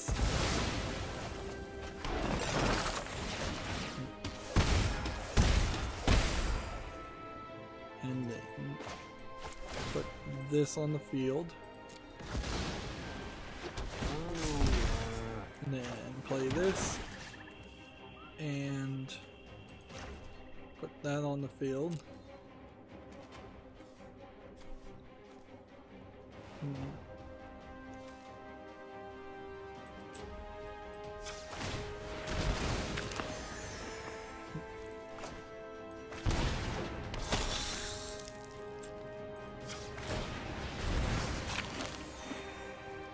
That keeps my health up.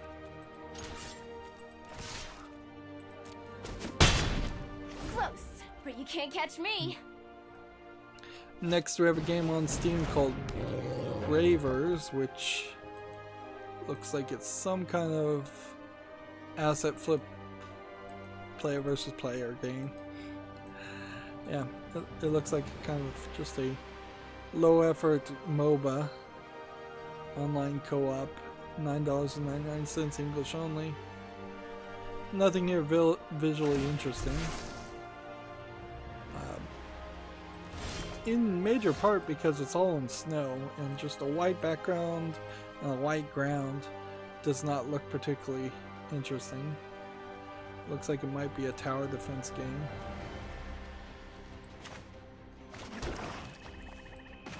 Yes. I played wrong.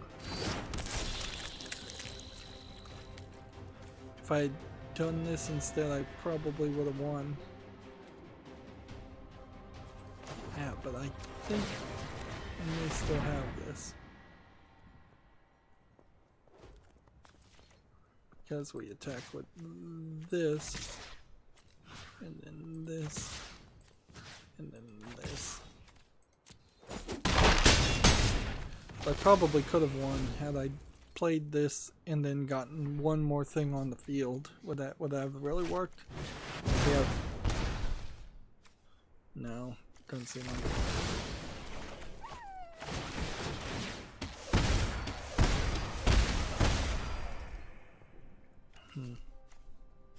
I may have played right there and not even realized it.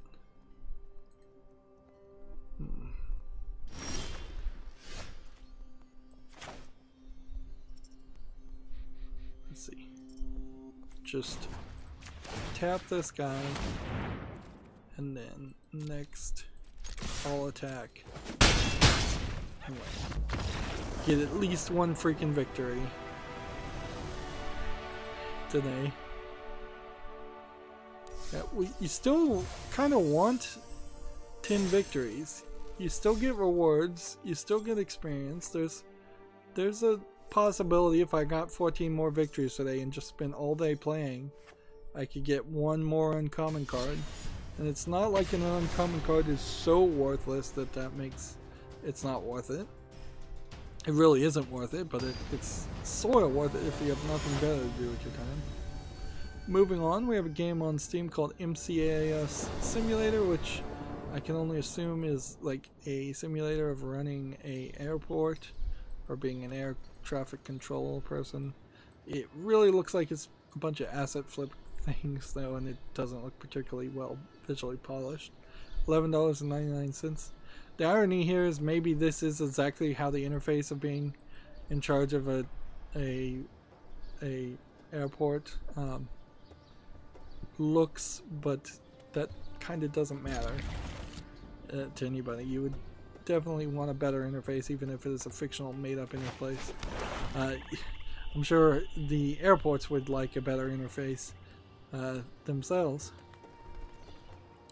Next we have a game on Steam called Exa, the Infinite Instrument, which looks like a VR just music toy experience, which we've seen these before. This is very positive, but requires VR and is $14.99 and is English only. Yeah, I'm fairly certain I've seen this one before, and it's just not probably worth your time to learn how to use a VR, effectively a music machine drum kit, when you would be better off actually learning the drums on the drums and getting a feel of that, or learning a synth and using a synth.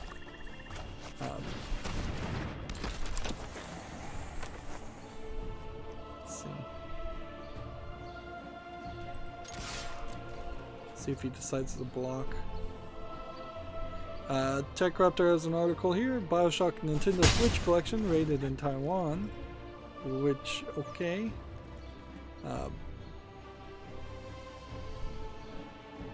I guess that means BioShock is coming as a collection to the Nintendo Switch, which honestly for new releases of BioShock that kind of makes sense. They also, I think, are still working on yet another BioShock-esque game that will have BioShock in the name. Together. So that does sort of make sense that you would want to maintain some relevance and be in the minds of people. Wow, free victory. Don't get a lot of that.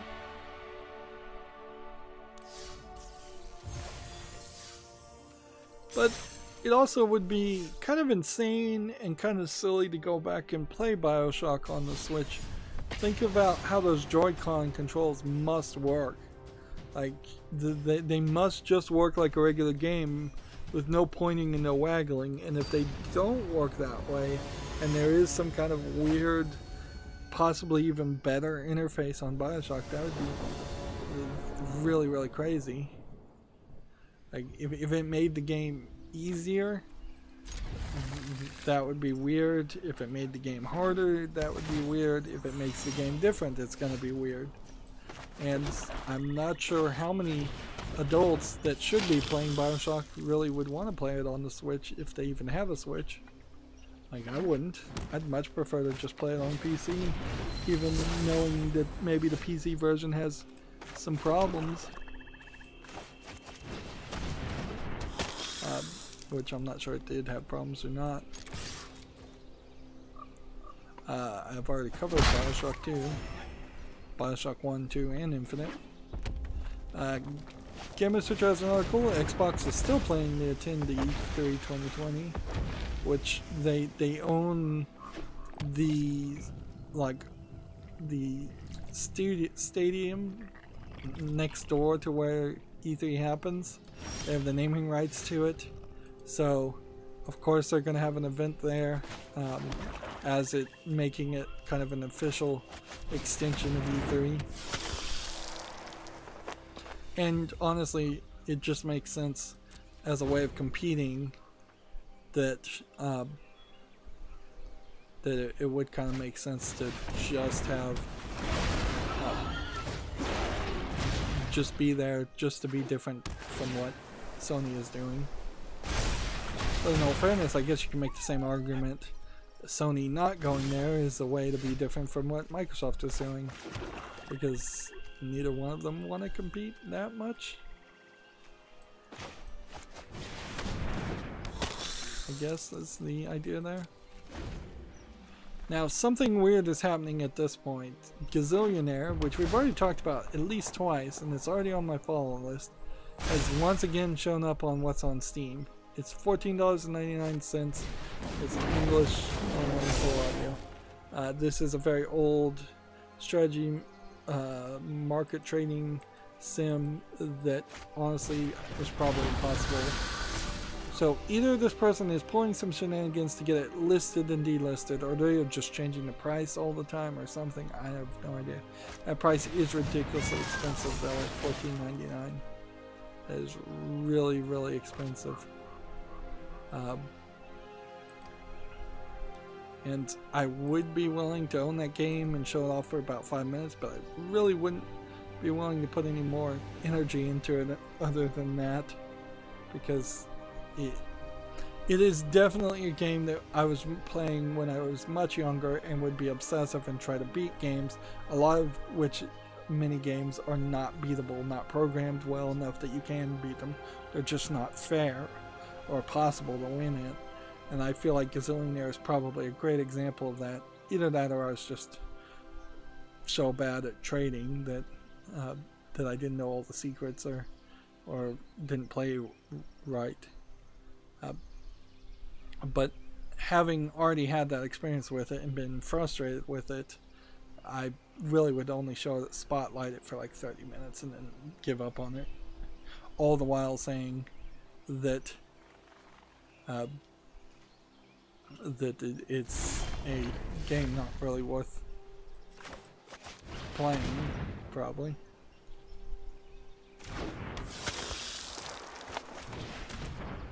Or a game only worth playing if you have nostalgia from playing it from the past.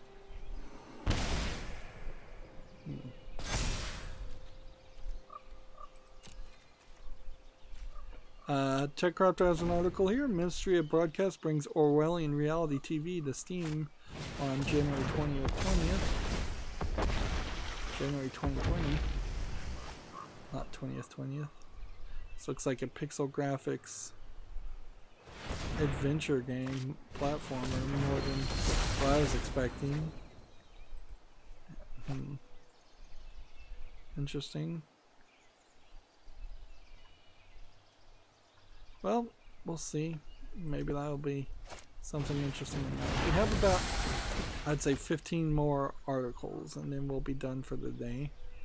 And this guy's playing the strategy of just getting as much land as possible and as many tokens as possible.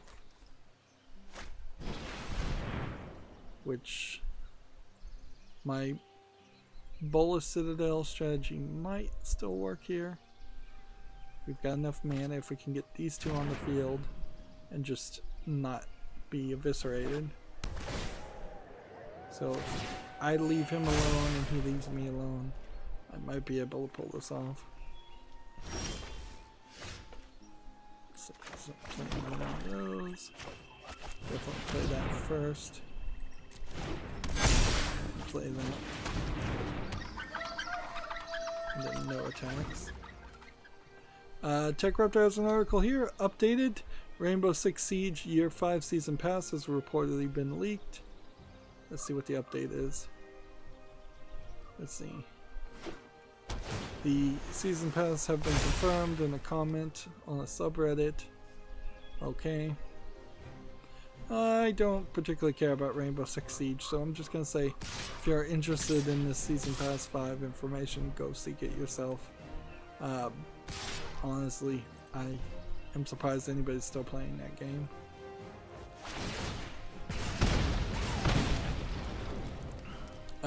Next we have a game on Steam here called Eclipse Edge of Light, which looks like it might be an interesting VR story or an actual VR game.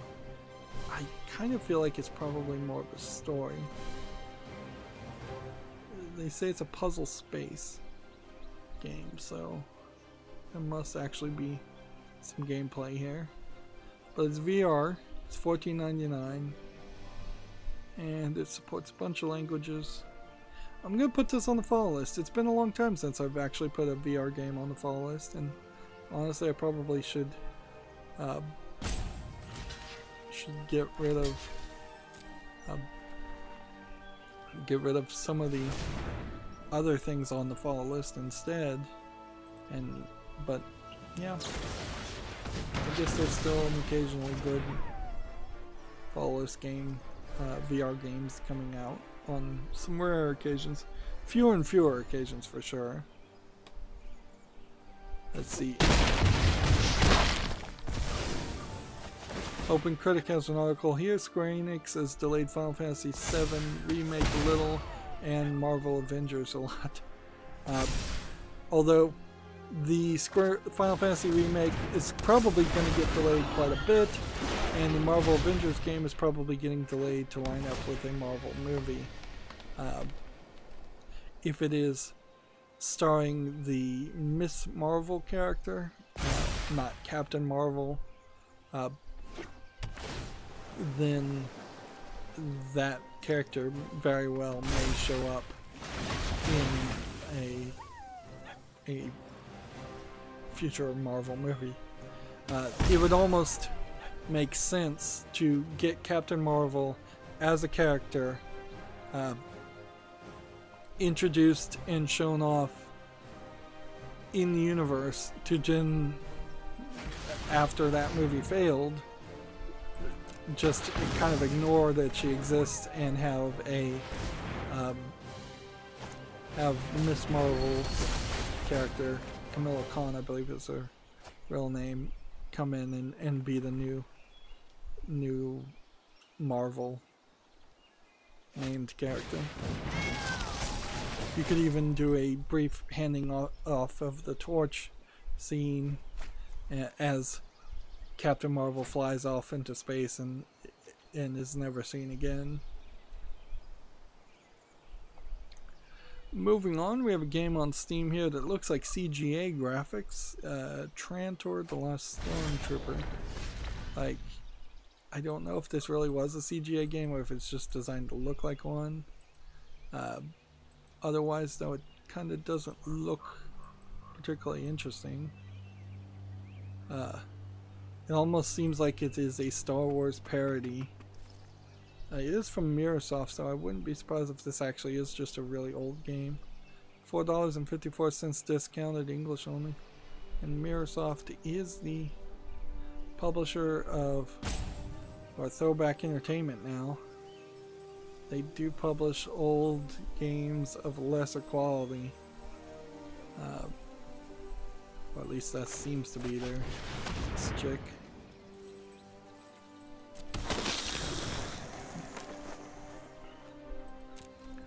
I had enough mana for Bolas Citadel, but I lost it. So now I need to play one more land and then get Bolas Citadel, so I have to survive at minimum 2 turns. And I would need almost certainly another Vindictive Vampire. Next we have a game on Steam called Wardwell House, which looks like it is a 3D scans of real locations to make kind of a walking simulator. But otherwise it looks pretty uninteresting. I think I could do better by if you were someone who could 3D scan, take 3D imaging, which that equipment's probably not that expensive, and then you had a really good location that you were going to scan and then try to put in a game. Why not sell that as potentially a Unity or Unreal asset and allow somebody else to think up a story and put a game in it, instead of what this seems to have done was really just slapped a walking simulator on top of it.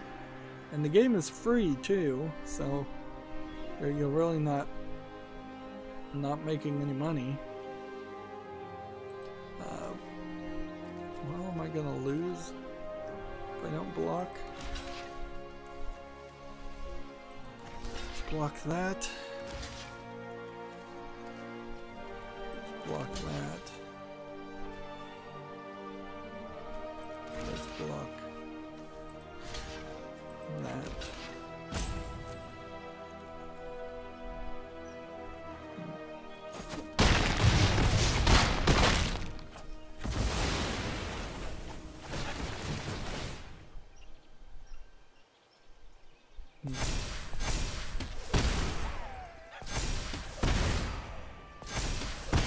TechCrafter has a similar article. Crystal Dynamics Marvel's Avengers snap to September. Referencing the snap in Endgame and Endgame 2, which honestly I think people are going to forget the events generally. That's not going to be on the top of their minds.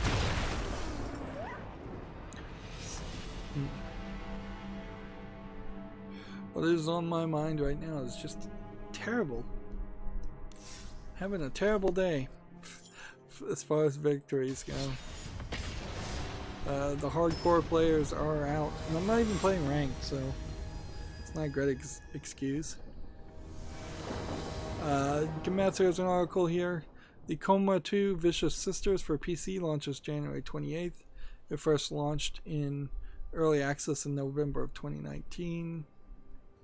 I think I probably would play the Coma series eventually. It does look like it's kind of like a Korean horror style point and click adventure game. Yeah, I'm fairly certain it's on the follow list. See, this is kind of funny that I can't even look at my cards until the opponent looks at his cards. So there's just always this long pause at the beginning of every game, even though we also had loading. So they need to improve their servers and improve their netcode to reduce delay. Gematsu has an article here for Cook Serve Delicious 3. It for PC launches in early access in January 29th, which does seem like it is probably a more visually polished Cook Serve Delicious game where you're serving food and cooking. There might actually be something here that would interest me, but it all does kind of just boil down to a fast-paced mess. And I don't feel like these cooking games hit the same itch as playing like a WarioWare game where you don't really know what you're supposed to do, because in the cooking games you're supposed to get really good at doing these items, and effectively you are doing some real person's job, the equivalent of a real world job, which is not ever fun.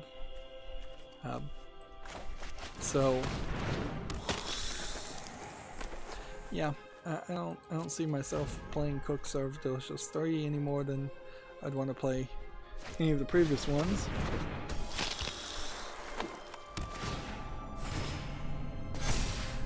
TechRaptor has an article here. Epic Games Store free games program will continue for 2020, which I guess wasn't promised before. It seems they are claiming to have 1/10 of registered accounts that Valve has managed, which I don't think that particularly means much. They're throwing some numbers out here. 200 million free games claimed, 1,455 dollars in total value, 73 free games.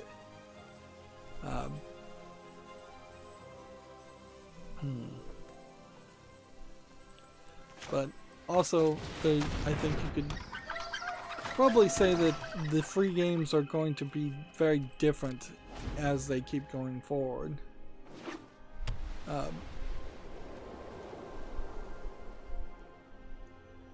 Like, they will be less and less quality games, and they haven't been the most quality games even so far. A lot of the games are things that I'd never play, and I'm just building up a secondary collection in case my Steam account got deleted at some place. And I only started doing that after I got Control, and had to redeem that on the Epic Store. I wouldn't even have bothered to do that to even get any of the free games. So I am nowhere close to I'm not even a step closer to singing the praises of the Epic Games Store. It's still a garbage, unnecessary, pointless storefront. But I'll take free games. I'll make a backup just in case. I never play those games. As long as it's relatively easy to find the free games, I'll keep on doing it.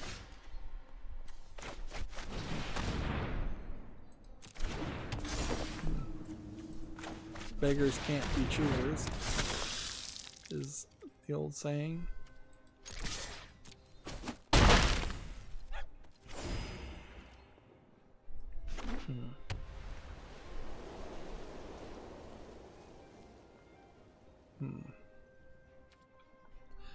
TechRaptor has an article. Final Fantasy VII Remake delayed until April. Of course, this is also the beginning of Final Fantasy VII Remake. It's not the full game, unless I'm thinking of a different Final Fantasy remake, which maybe I am.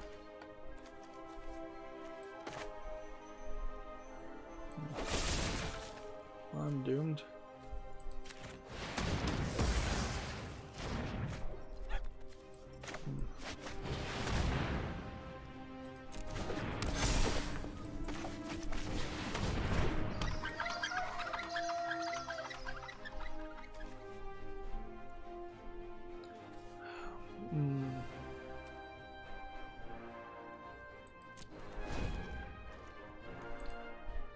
Yep, another loss. Let's see how I don't lose here.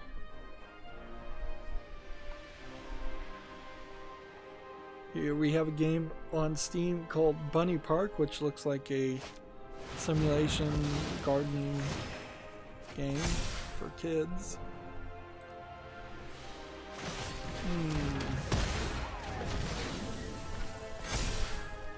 This is probably too simplistic a game for me to cover, but I'm going to put it on the follow list just as maybe a kid's game that might be worth covering.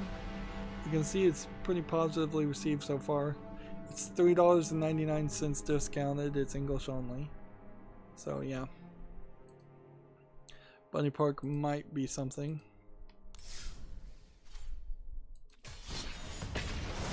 If I can really rush through this, we'll be done in a couple of games. Gamma Sutra has an article, Join Disbelief as a Junior Programmer in Chicago, Illinois. No idea who Disbelief is, though. Yeah, it's pretty much where I'm going to leave these articles now. It's just like, join this company that I'm not going to bother to look up to see what they've done. If you're interested, check it out yourself.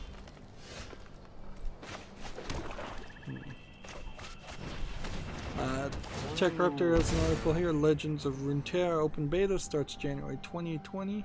This looks like this might be one of those collectible card games that is doing something a little bit different. But yeah, I don't see myself jumping over to Legends of Runeterra. And I don't see a lot of people jumping onto Legends of Runeterra because it is an unrecognizable name and an unrecognizable brand, and we know that second dinner Marvel card game is eventually coming out, although based on the hiring listings they've been showing, it seems like they're not really that far, that close to coming out. And I suppose it is possible that the product that they release is a super simplified, like Pokemon trading card game style game that is just so boring that it's not worth an adult to play it, or it just has so few cards or so little content in it that it's not worth playing. And if I was to jump into it and then realize that it's boring after 3 months or so, then it would be kind of a struggle to go back and play Magic Arena. Honestly, at that point, I might just say, let's just get rid of the streaming altogether, or rethink how we stream. Next, we have a game on Steam called The Mysterious Case of Dr. Jekyll and Mr. Hyde, which is a hidden object game, almost certainly. They want $3.19, and it's a hidden object bundle. This was kind of the things people were getting kicked off of Steam for doing, though, is having a whole bunch of bundles. English only from HH Games. Perhaps what they're doing is not what Steam was objecting to, though. We never really got a straight answer on that one.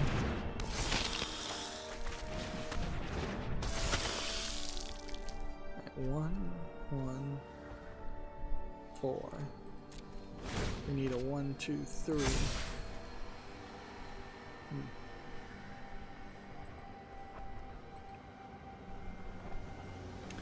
This is late in the season, but we've got a game called Kill the Santa, which is an asset flip sniper game where you're playing basically Sniper Elite shooting Santas, which doesn't make a lot of sense and seems to be just a troll game. $4.24, English only. I don't think there's any need to play that.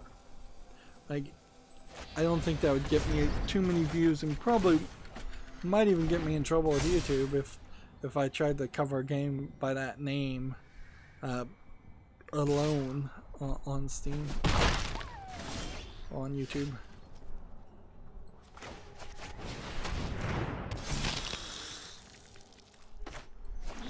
Play that. Go ahead and attack here. See if he wants to defend.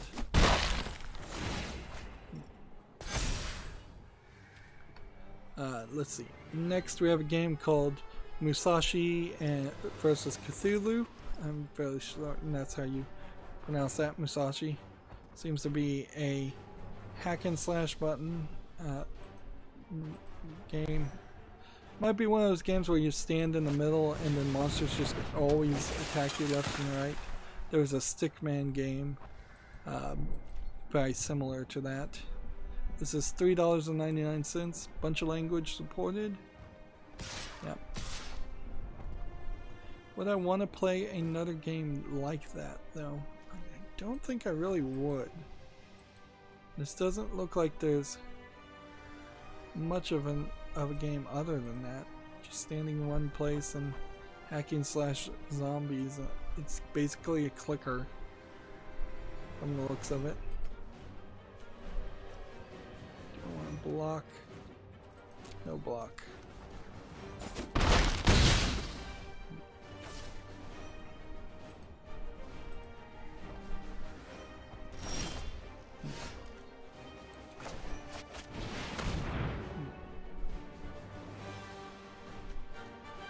Let's not attack with this one this time. And instead defend with this one next time.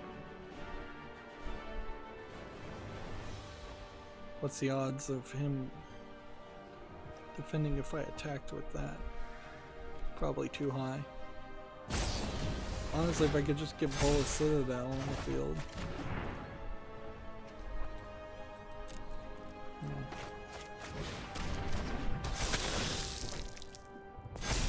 That would be the best thing. Gametsu has an article here. Toho Genso Mahjong launches January 30th in Japan. Another Toho spin-off game for the Nintendo eShop. None of those Mahjong games ever seem like they either don't come over to the West or they're not good if they do come over to the West. And they probably are never good. And the Mahjong games might be part of what China complains about so many games being gambling games. But I don't know if people really gamble with Mahjong that much or not.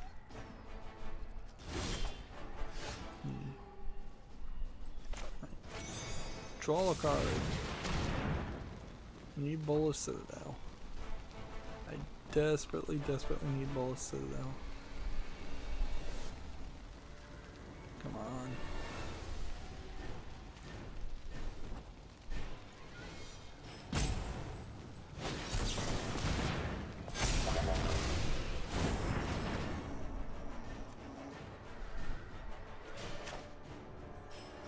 Do I want to play that and put that back on the field? No, because I would pretty much be doing the same thing as I was already doing. Next we have a game on Steam called Little One, a visual novel, which kind of has a soft, I would guess, Western animator style to the characters. It doesn't seem like there's too much here. It's $8.49. It's English and German, which is an odd combination. No full audio. So how much do they want here? $8.49. And it looks like there might be a little bit of gameplay here. Maybe even a bit of puzzle concept. I guess I'll put this on the fall list and we'll see if people actually play it and actually like it. That'd be the easiest solution to this problem. Alright, so all I have to do is not die, which I'm about to do, and get enough people on the field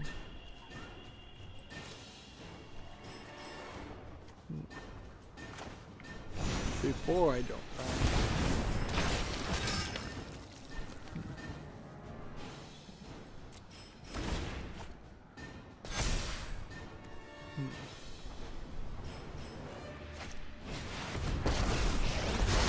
Which I think I've just failed at.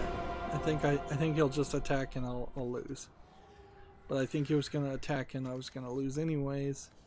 So probably should have attacked with this.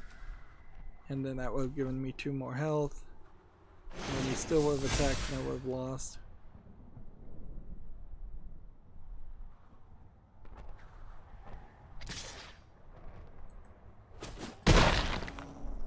Yep. I'm clearly not even paying enough attention to look 1 turn ahead. Because if I was, I would play better.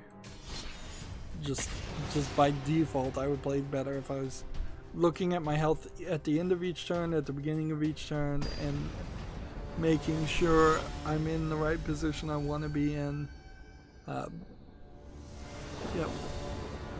Just need to think things through more and put more focus on it if I want to win, and that's hard to do when you're trying to cover video game news. Next we have a game called Mad Tower Tycoon, which is another tycoon simulator that looks as good as every other tycoon simulator out there. Let's see, $13.49, bunch of languages supported.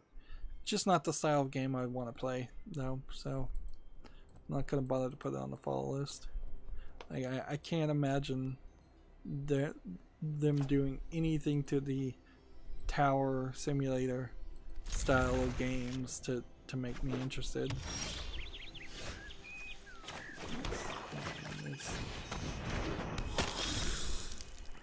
Gamatsu has an article here. Crayon Shin-chan, the storm-called flaming Kasakabe runner, is now available for Switch. Shin-chan is a cartoon that is not popular with parents from what I hear, but very popular with kids because he's a early Simpsons, Bart Simpson type child character. And we just have this like one image here, and it looks like it is an Infinite Runner game if I was to guess.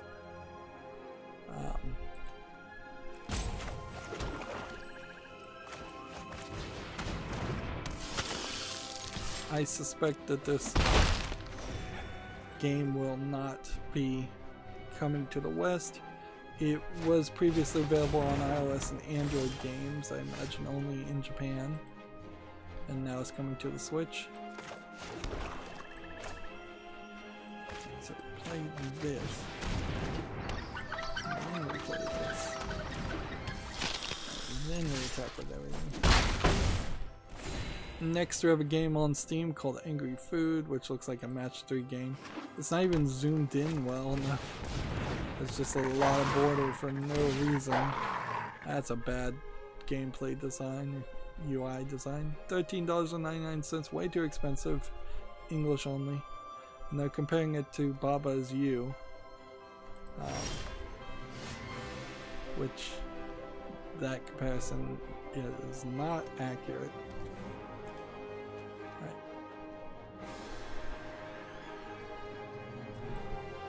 2-2 Great Wolf.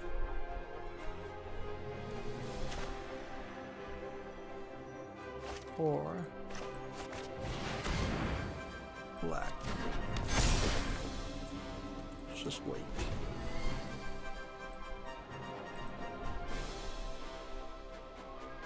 Next we have a game on Steam called Ephemeral Tale, which looks like an RPG game. Possibly made an RPG Maker, but a little bit visually polished, better than that. Early access, $4.99, English only. It still doesn't really look that good, or like anything I'd want to play. Yeah, I really don't even know if there are that many RPG players out there that want to play old Super NES style RPGs. I feel like a lot of them have probably moved on to things like Atelier, Aisha, The Alchemist, and Dusk DS. This seems like what they've decided to do is release some of the older Atelier games, which you probably don't really need to play, and you could just play the most recent one, which it'd be kind of hard to figure out which one that is.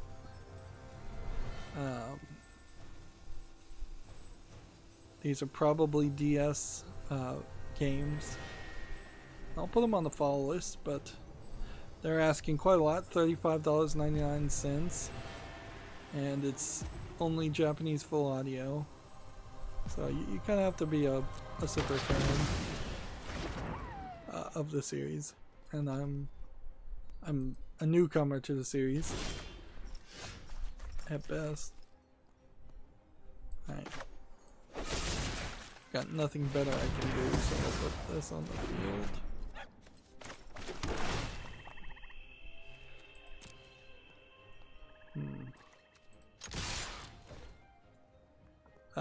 Next we have Atelier, Esha, and Logi, Alchemist of the Dust.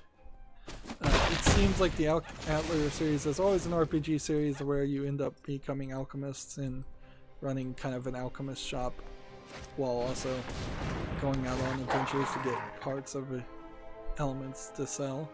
Again, $35.99 discounted, and third-party EULA and Japanese only. So, like, if you buy the full bundle, you'll be spending $80 for these niche games that probably were popular, but not $35 when they're probably at least 2 or 3 years old. And I don't think these are full-on remasters that in some way justify that price hike. This is just Koei Tecmo and a Japanese company in general trying to screw people out of money. And then the third game we have here is Atelier Charlie, Alchemist of the Dust Sea, which is almost like Pokemon Red, Blue, and Green, and I wouldn't be surprised if there is a decent amount of overlap in gameplay mechanics and even land masses. Again, $35.99, English, Japanese only. None of these look bad. None of these look like they're worth that price though. Meanwhile, the most recent Atelier game would be which? There's so many listed here. Is it not even published by the same people? It may not even be a publisher. Koei Tecmo is also known for the Warriors series, another series that is totally built around bilking people out of money by selling basically the same thing over and over again.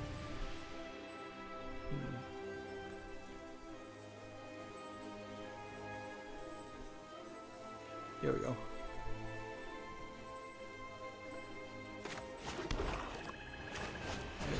Full of Citadel time. And that did nothing for me. So this is the most recent in the series, Atelier Ryza, Ever Darkness in the Secret Hideout. And this one was the major success. And you can tell by the graphics that there's some major improvements that happened here. And this game alone is $41.99 and $50.39 if you want all the DLC, the deluxe edition. Again, still third-party EULA and still Japanese only.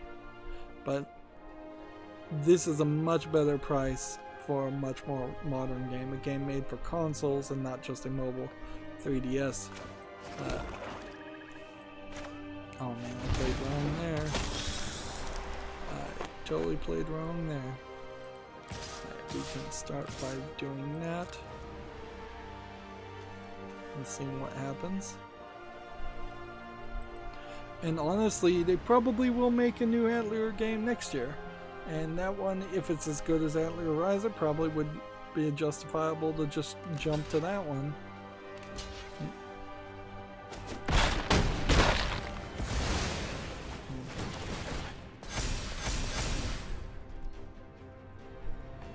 Moving on, we have a game called Super Mega Space Blast Special Turbo. That is a crazy name for an asteroid clone. Breathe and listen $4.49, English full audio allegedly. Yeah, nothing there. We're fit enough to survive. Like this. And can't do anything else. Gamatsu has God Eater 3's Traversing the Past episode film trailer. So God Eater 3 as a series is still getting bits of DLC. These are the creatures that have the people that have to fight the giant monsters, which I confuse with like Blood Vein, Code Vein and God Hand, which I don't believe there actually has been a God Hand game in recent time. It's just the names are so similar. We're gonna tear you apart. And if you don't get it right the first time in my head, then I'll probably never get it right. Remember it right. Well, I am in trouble. But maybe I can fix this. Maybe I can turn this around. Alright, so we do this and do white. And then we do this. Do this. And then we do this. And I don't think I want to make a mistake there, so I'm going to instead do this.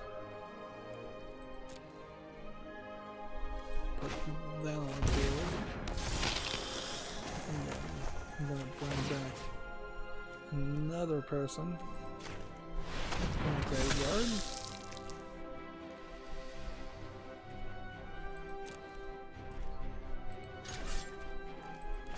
Kill this planeswalker.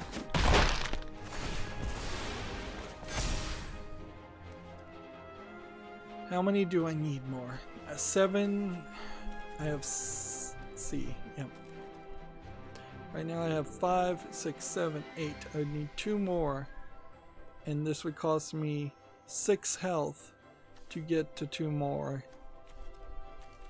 I could probably wait a turn. Decent chance that I just run into a land after that anyways.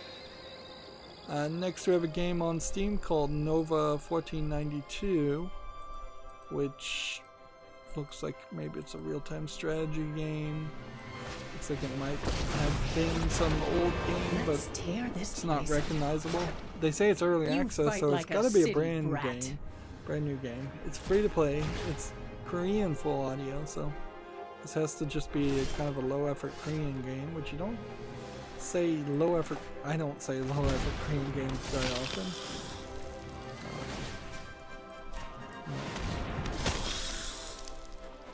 I think we've got a victory here. Let's just keep on putting people on the ground, on the field.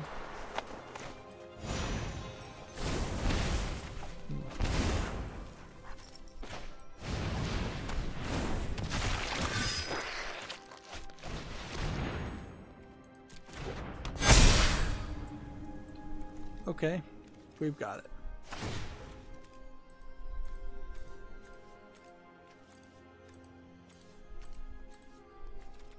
Creatures to do 10 damage plus another. And that's like the first time the Bolas Citadel strategy has worked today.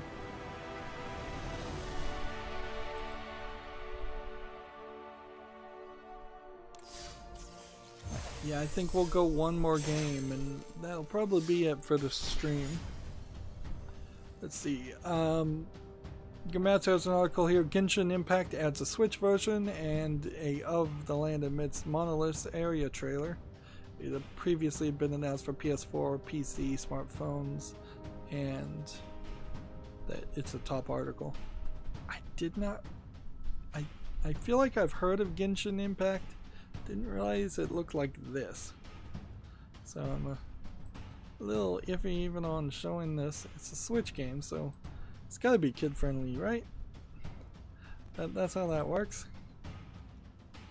This looks nice. Although this probably is just a opening cinematic. It is kind of almost a completely different animation style on the characters versus the backgrounds. Like,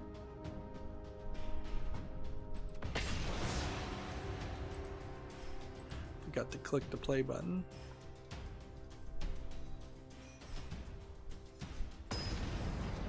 Let's see. Gamatsu has an article here for PC, PS4, and Switch. Katana Kami, A Way of the Samurai story details swordsmith cycle and systems and flood of customers mode, which I have no idea what this game is. It looks like it's probably some kind of shop simulator game, some Chinese shop simulator game with maybe some hack and slash elements also, but does not look particularly interesting.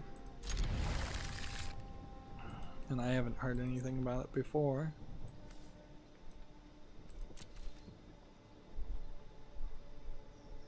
Let's see. Next we have a game on Steam called Vile Matter, which looks like it's probably an asset flip horror game from the looks of it. It does kind of seem like you're just going all over the place to different locations, and you're just spray painting things. Is that you're lighting things up and spray painting things? Is that what this game is?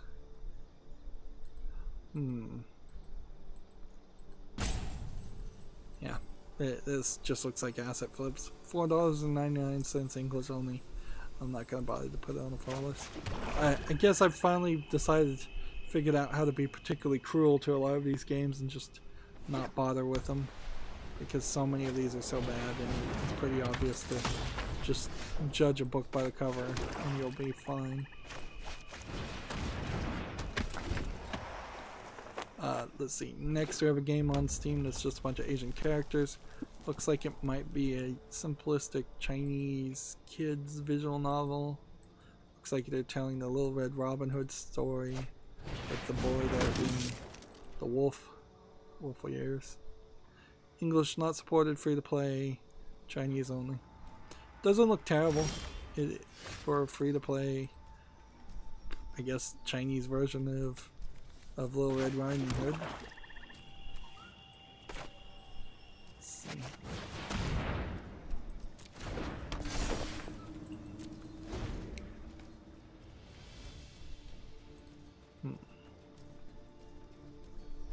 And then we have Darwin Project on Steam, which I've heard people talk about it as a player versus player multiplayer game trying to be a Battleborn clone. Can we get some of these images to actually load and play?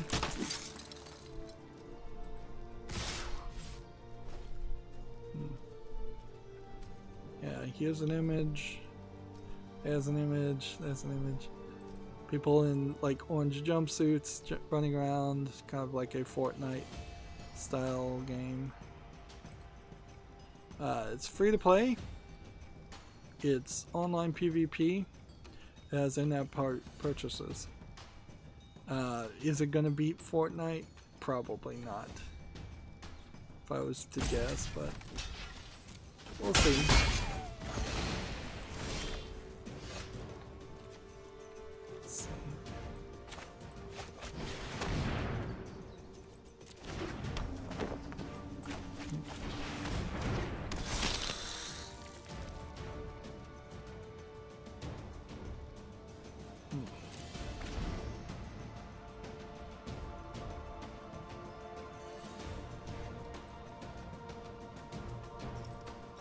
So then that brings me to the Humble Bundle store. Let's see if we finally got a new Humble Bundle. There's a games bundle. Let's see. What is it? What is it called? Humble Sweet Farm Bundles. What it's called. We have a game here called Niche, a genetic survival game. Magic Cat. This would be $1 to unlock a Steam account. Evergarden. I don't think I own any of those games, so there's something there. You pay more than the average of $7.25, which already seems pretty high. You get a Queenox, Ultimate Chicken Horse, and Samaroost 3, which I think I do want Samaroost 3, and it's always been a little overpriced, so that still might be a deal. But then $10 gets you Stardew Valley, and that's probably going to push the average price up higher and higher. It seems like it already has pushed it up fairly high. First Strike and First Strike, so can't really do anything there.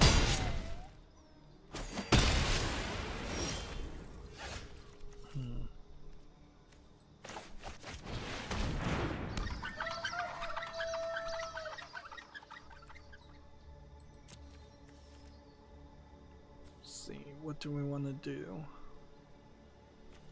First strike. Mentor.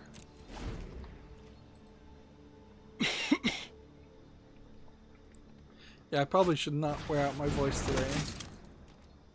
Book on Python and machine learning, which I don't know how much that would work together. Yeah, a bunch of book bundles, but no other games bundle. No big surprise there. And that brings me back to my Twitter feed, and let's see if there's any bits of news.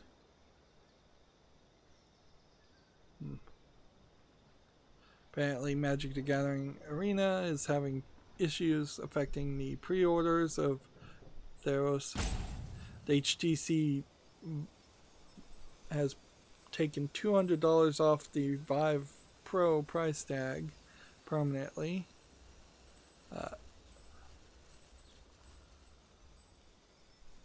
OpenCritic has an article about Crash Team Racing.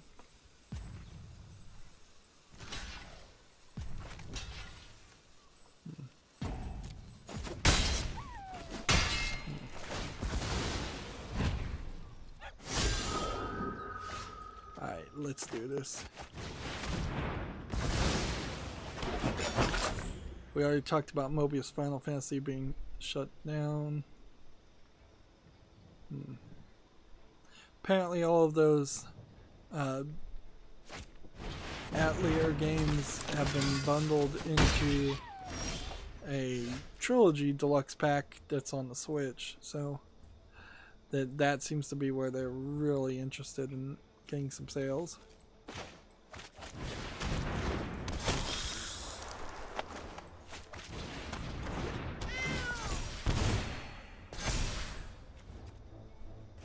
Let's see.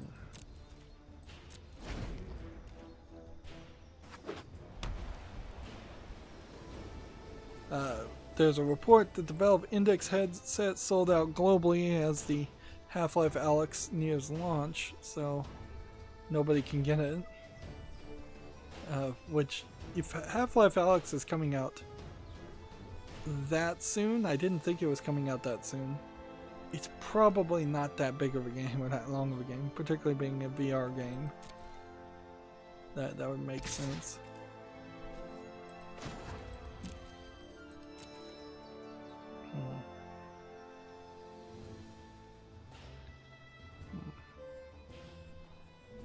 See if there's any other things to mention.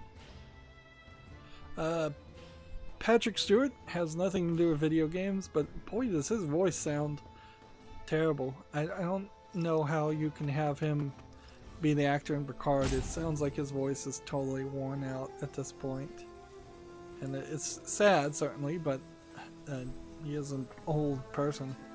So the thing he is known for is being a theatrical actor who could give these bold speeches and now if his voice is going to crack, as mine often does, like, that's going to be not particularly fun to listen to, or like, you kind of don't want an experience where you're constantly feeling sad for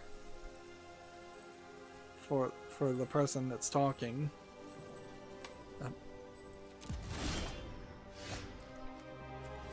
Let's do this.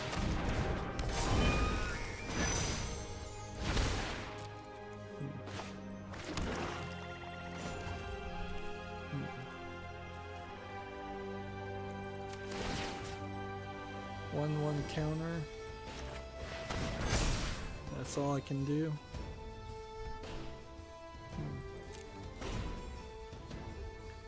And that just brings me to the Twitch Brine page at this point, and this will be our last game.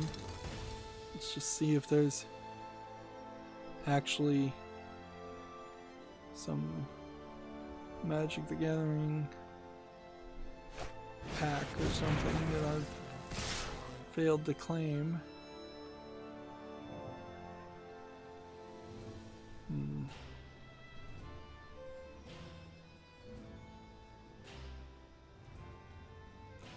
As far as I can tell,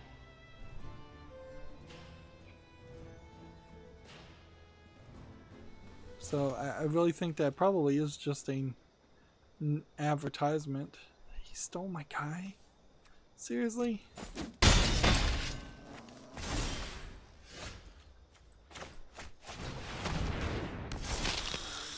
Please let me bring that back.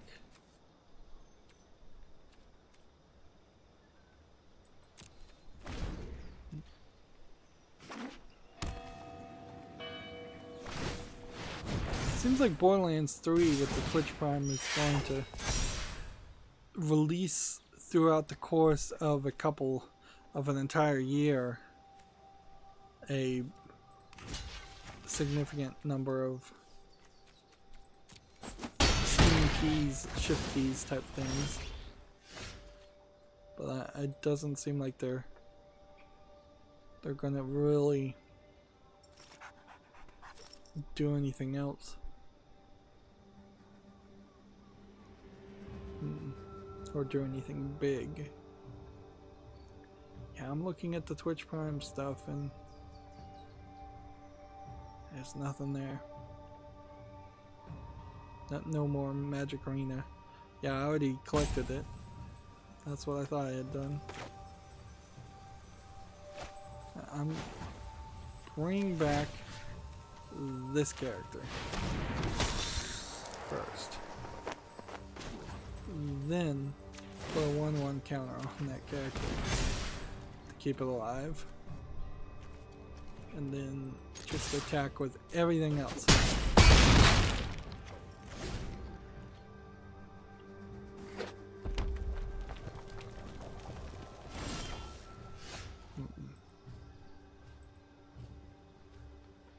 So, play this.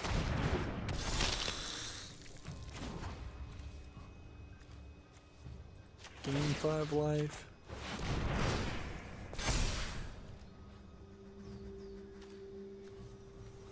Attack with this and this because I kind of don't care.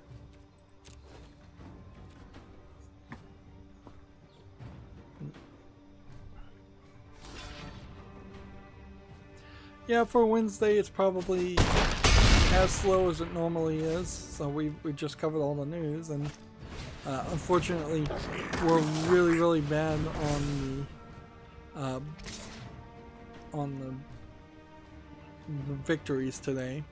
I'll probably spend the rest of the day just trying to get some videos uploaded. Yeah, if I could get like 5 videos uploaded in the course of time, that would be helpful.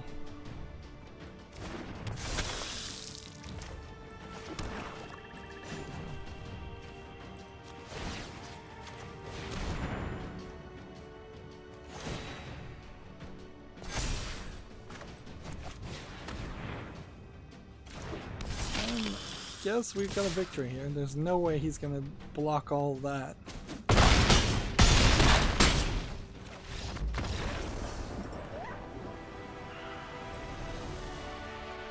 And it seems like the stream went out fine. So, yeah, that's good. Alright, well, maybe at 5 in the morning Central Time.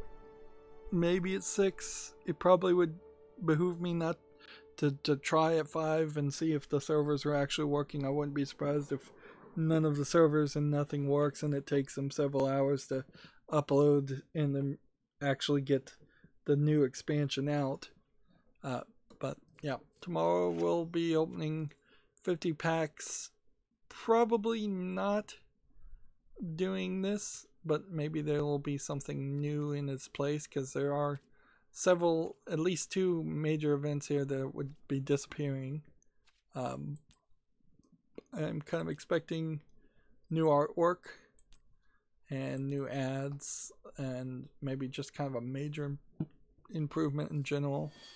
We'll be opening, I guess, 53 packs since we already have 3, and we'll have to look at the store and see if we can buy the mastery with gems or with gold. If it costs like 50,000 gold to get the mastery, then we won't be opening 50 packs at that point. But yeah, that's going to be it for this stream. As always, I ask you to like, share, subscribe, comment, and watch every second of my videos. If you want a friend to follow me on any social media sites, there's a whole bunch of links down below. And if you want to support me even further, there's a link to Patreon, or you can friend me on Steam and gift me a game off my wishlist. Thank you for watching. Have a good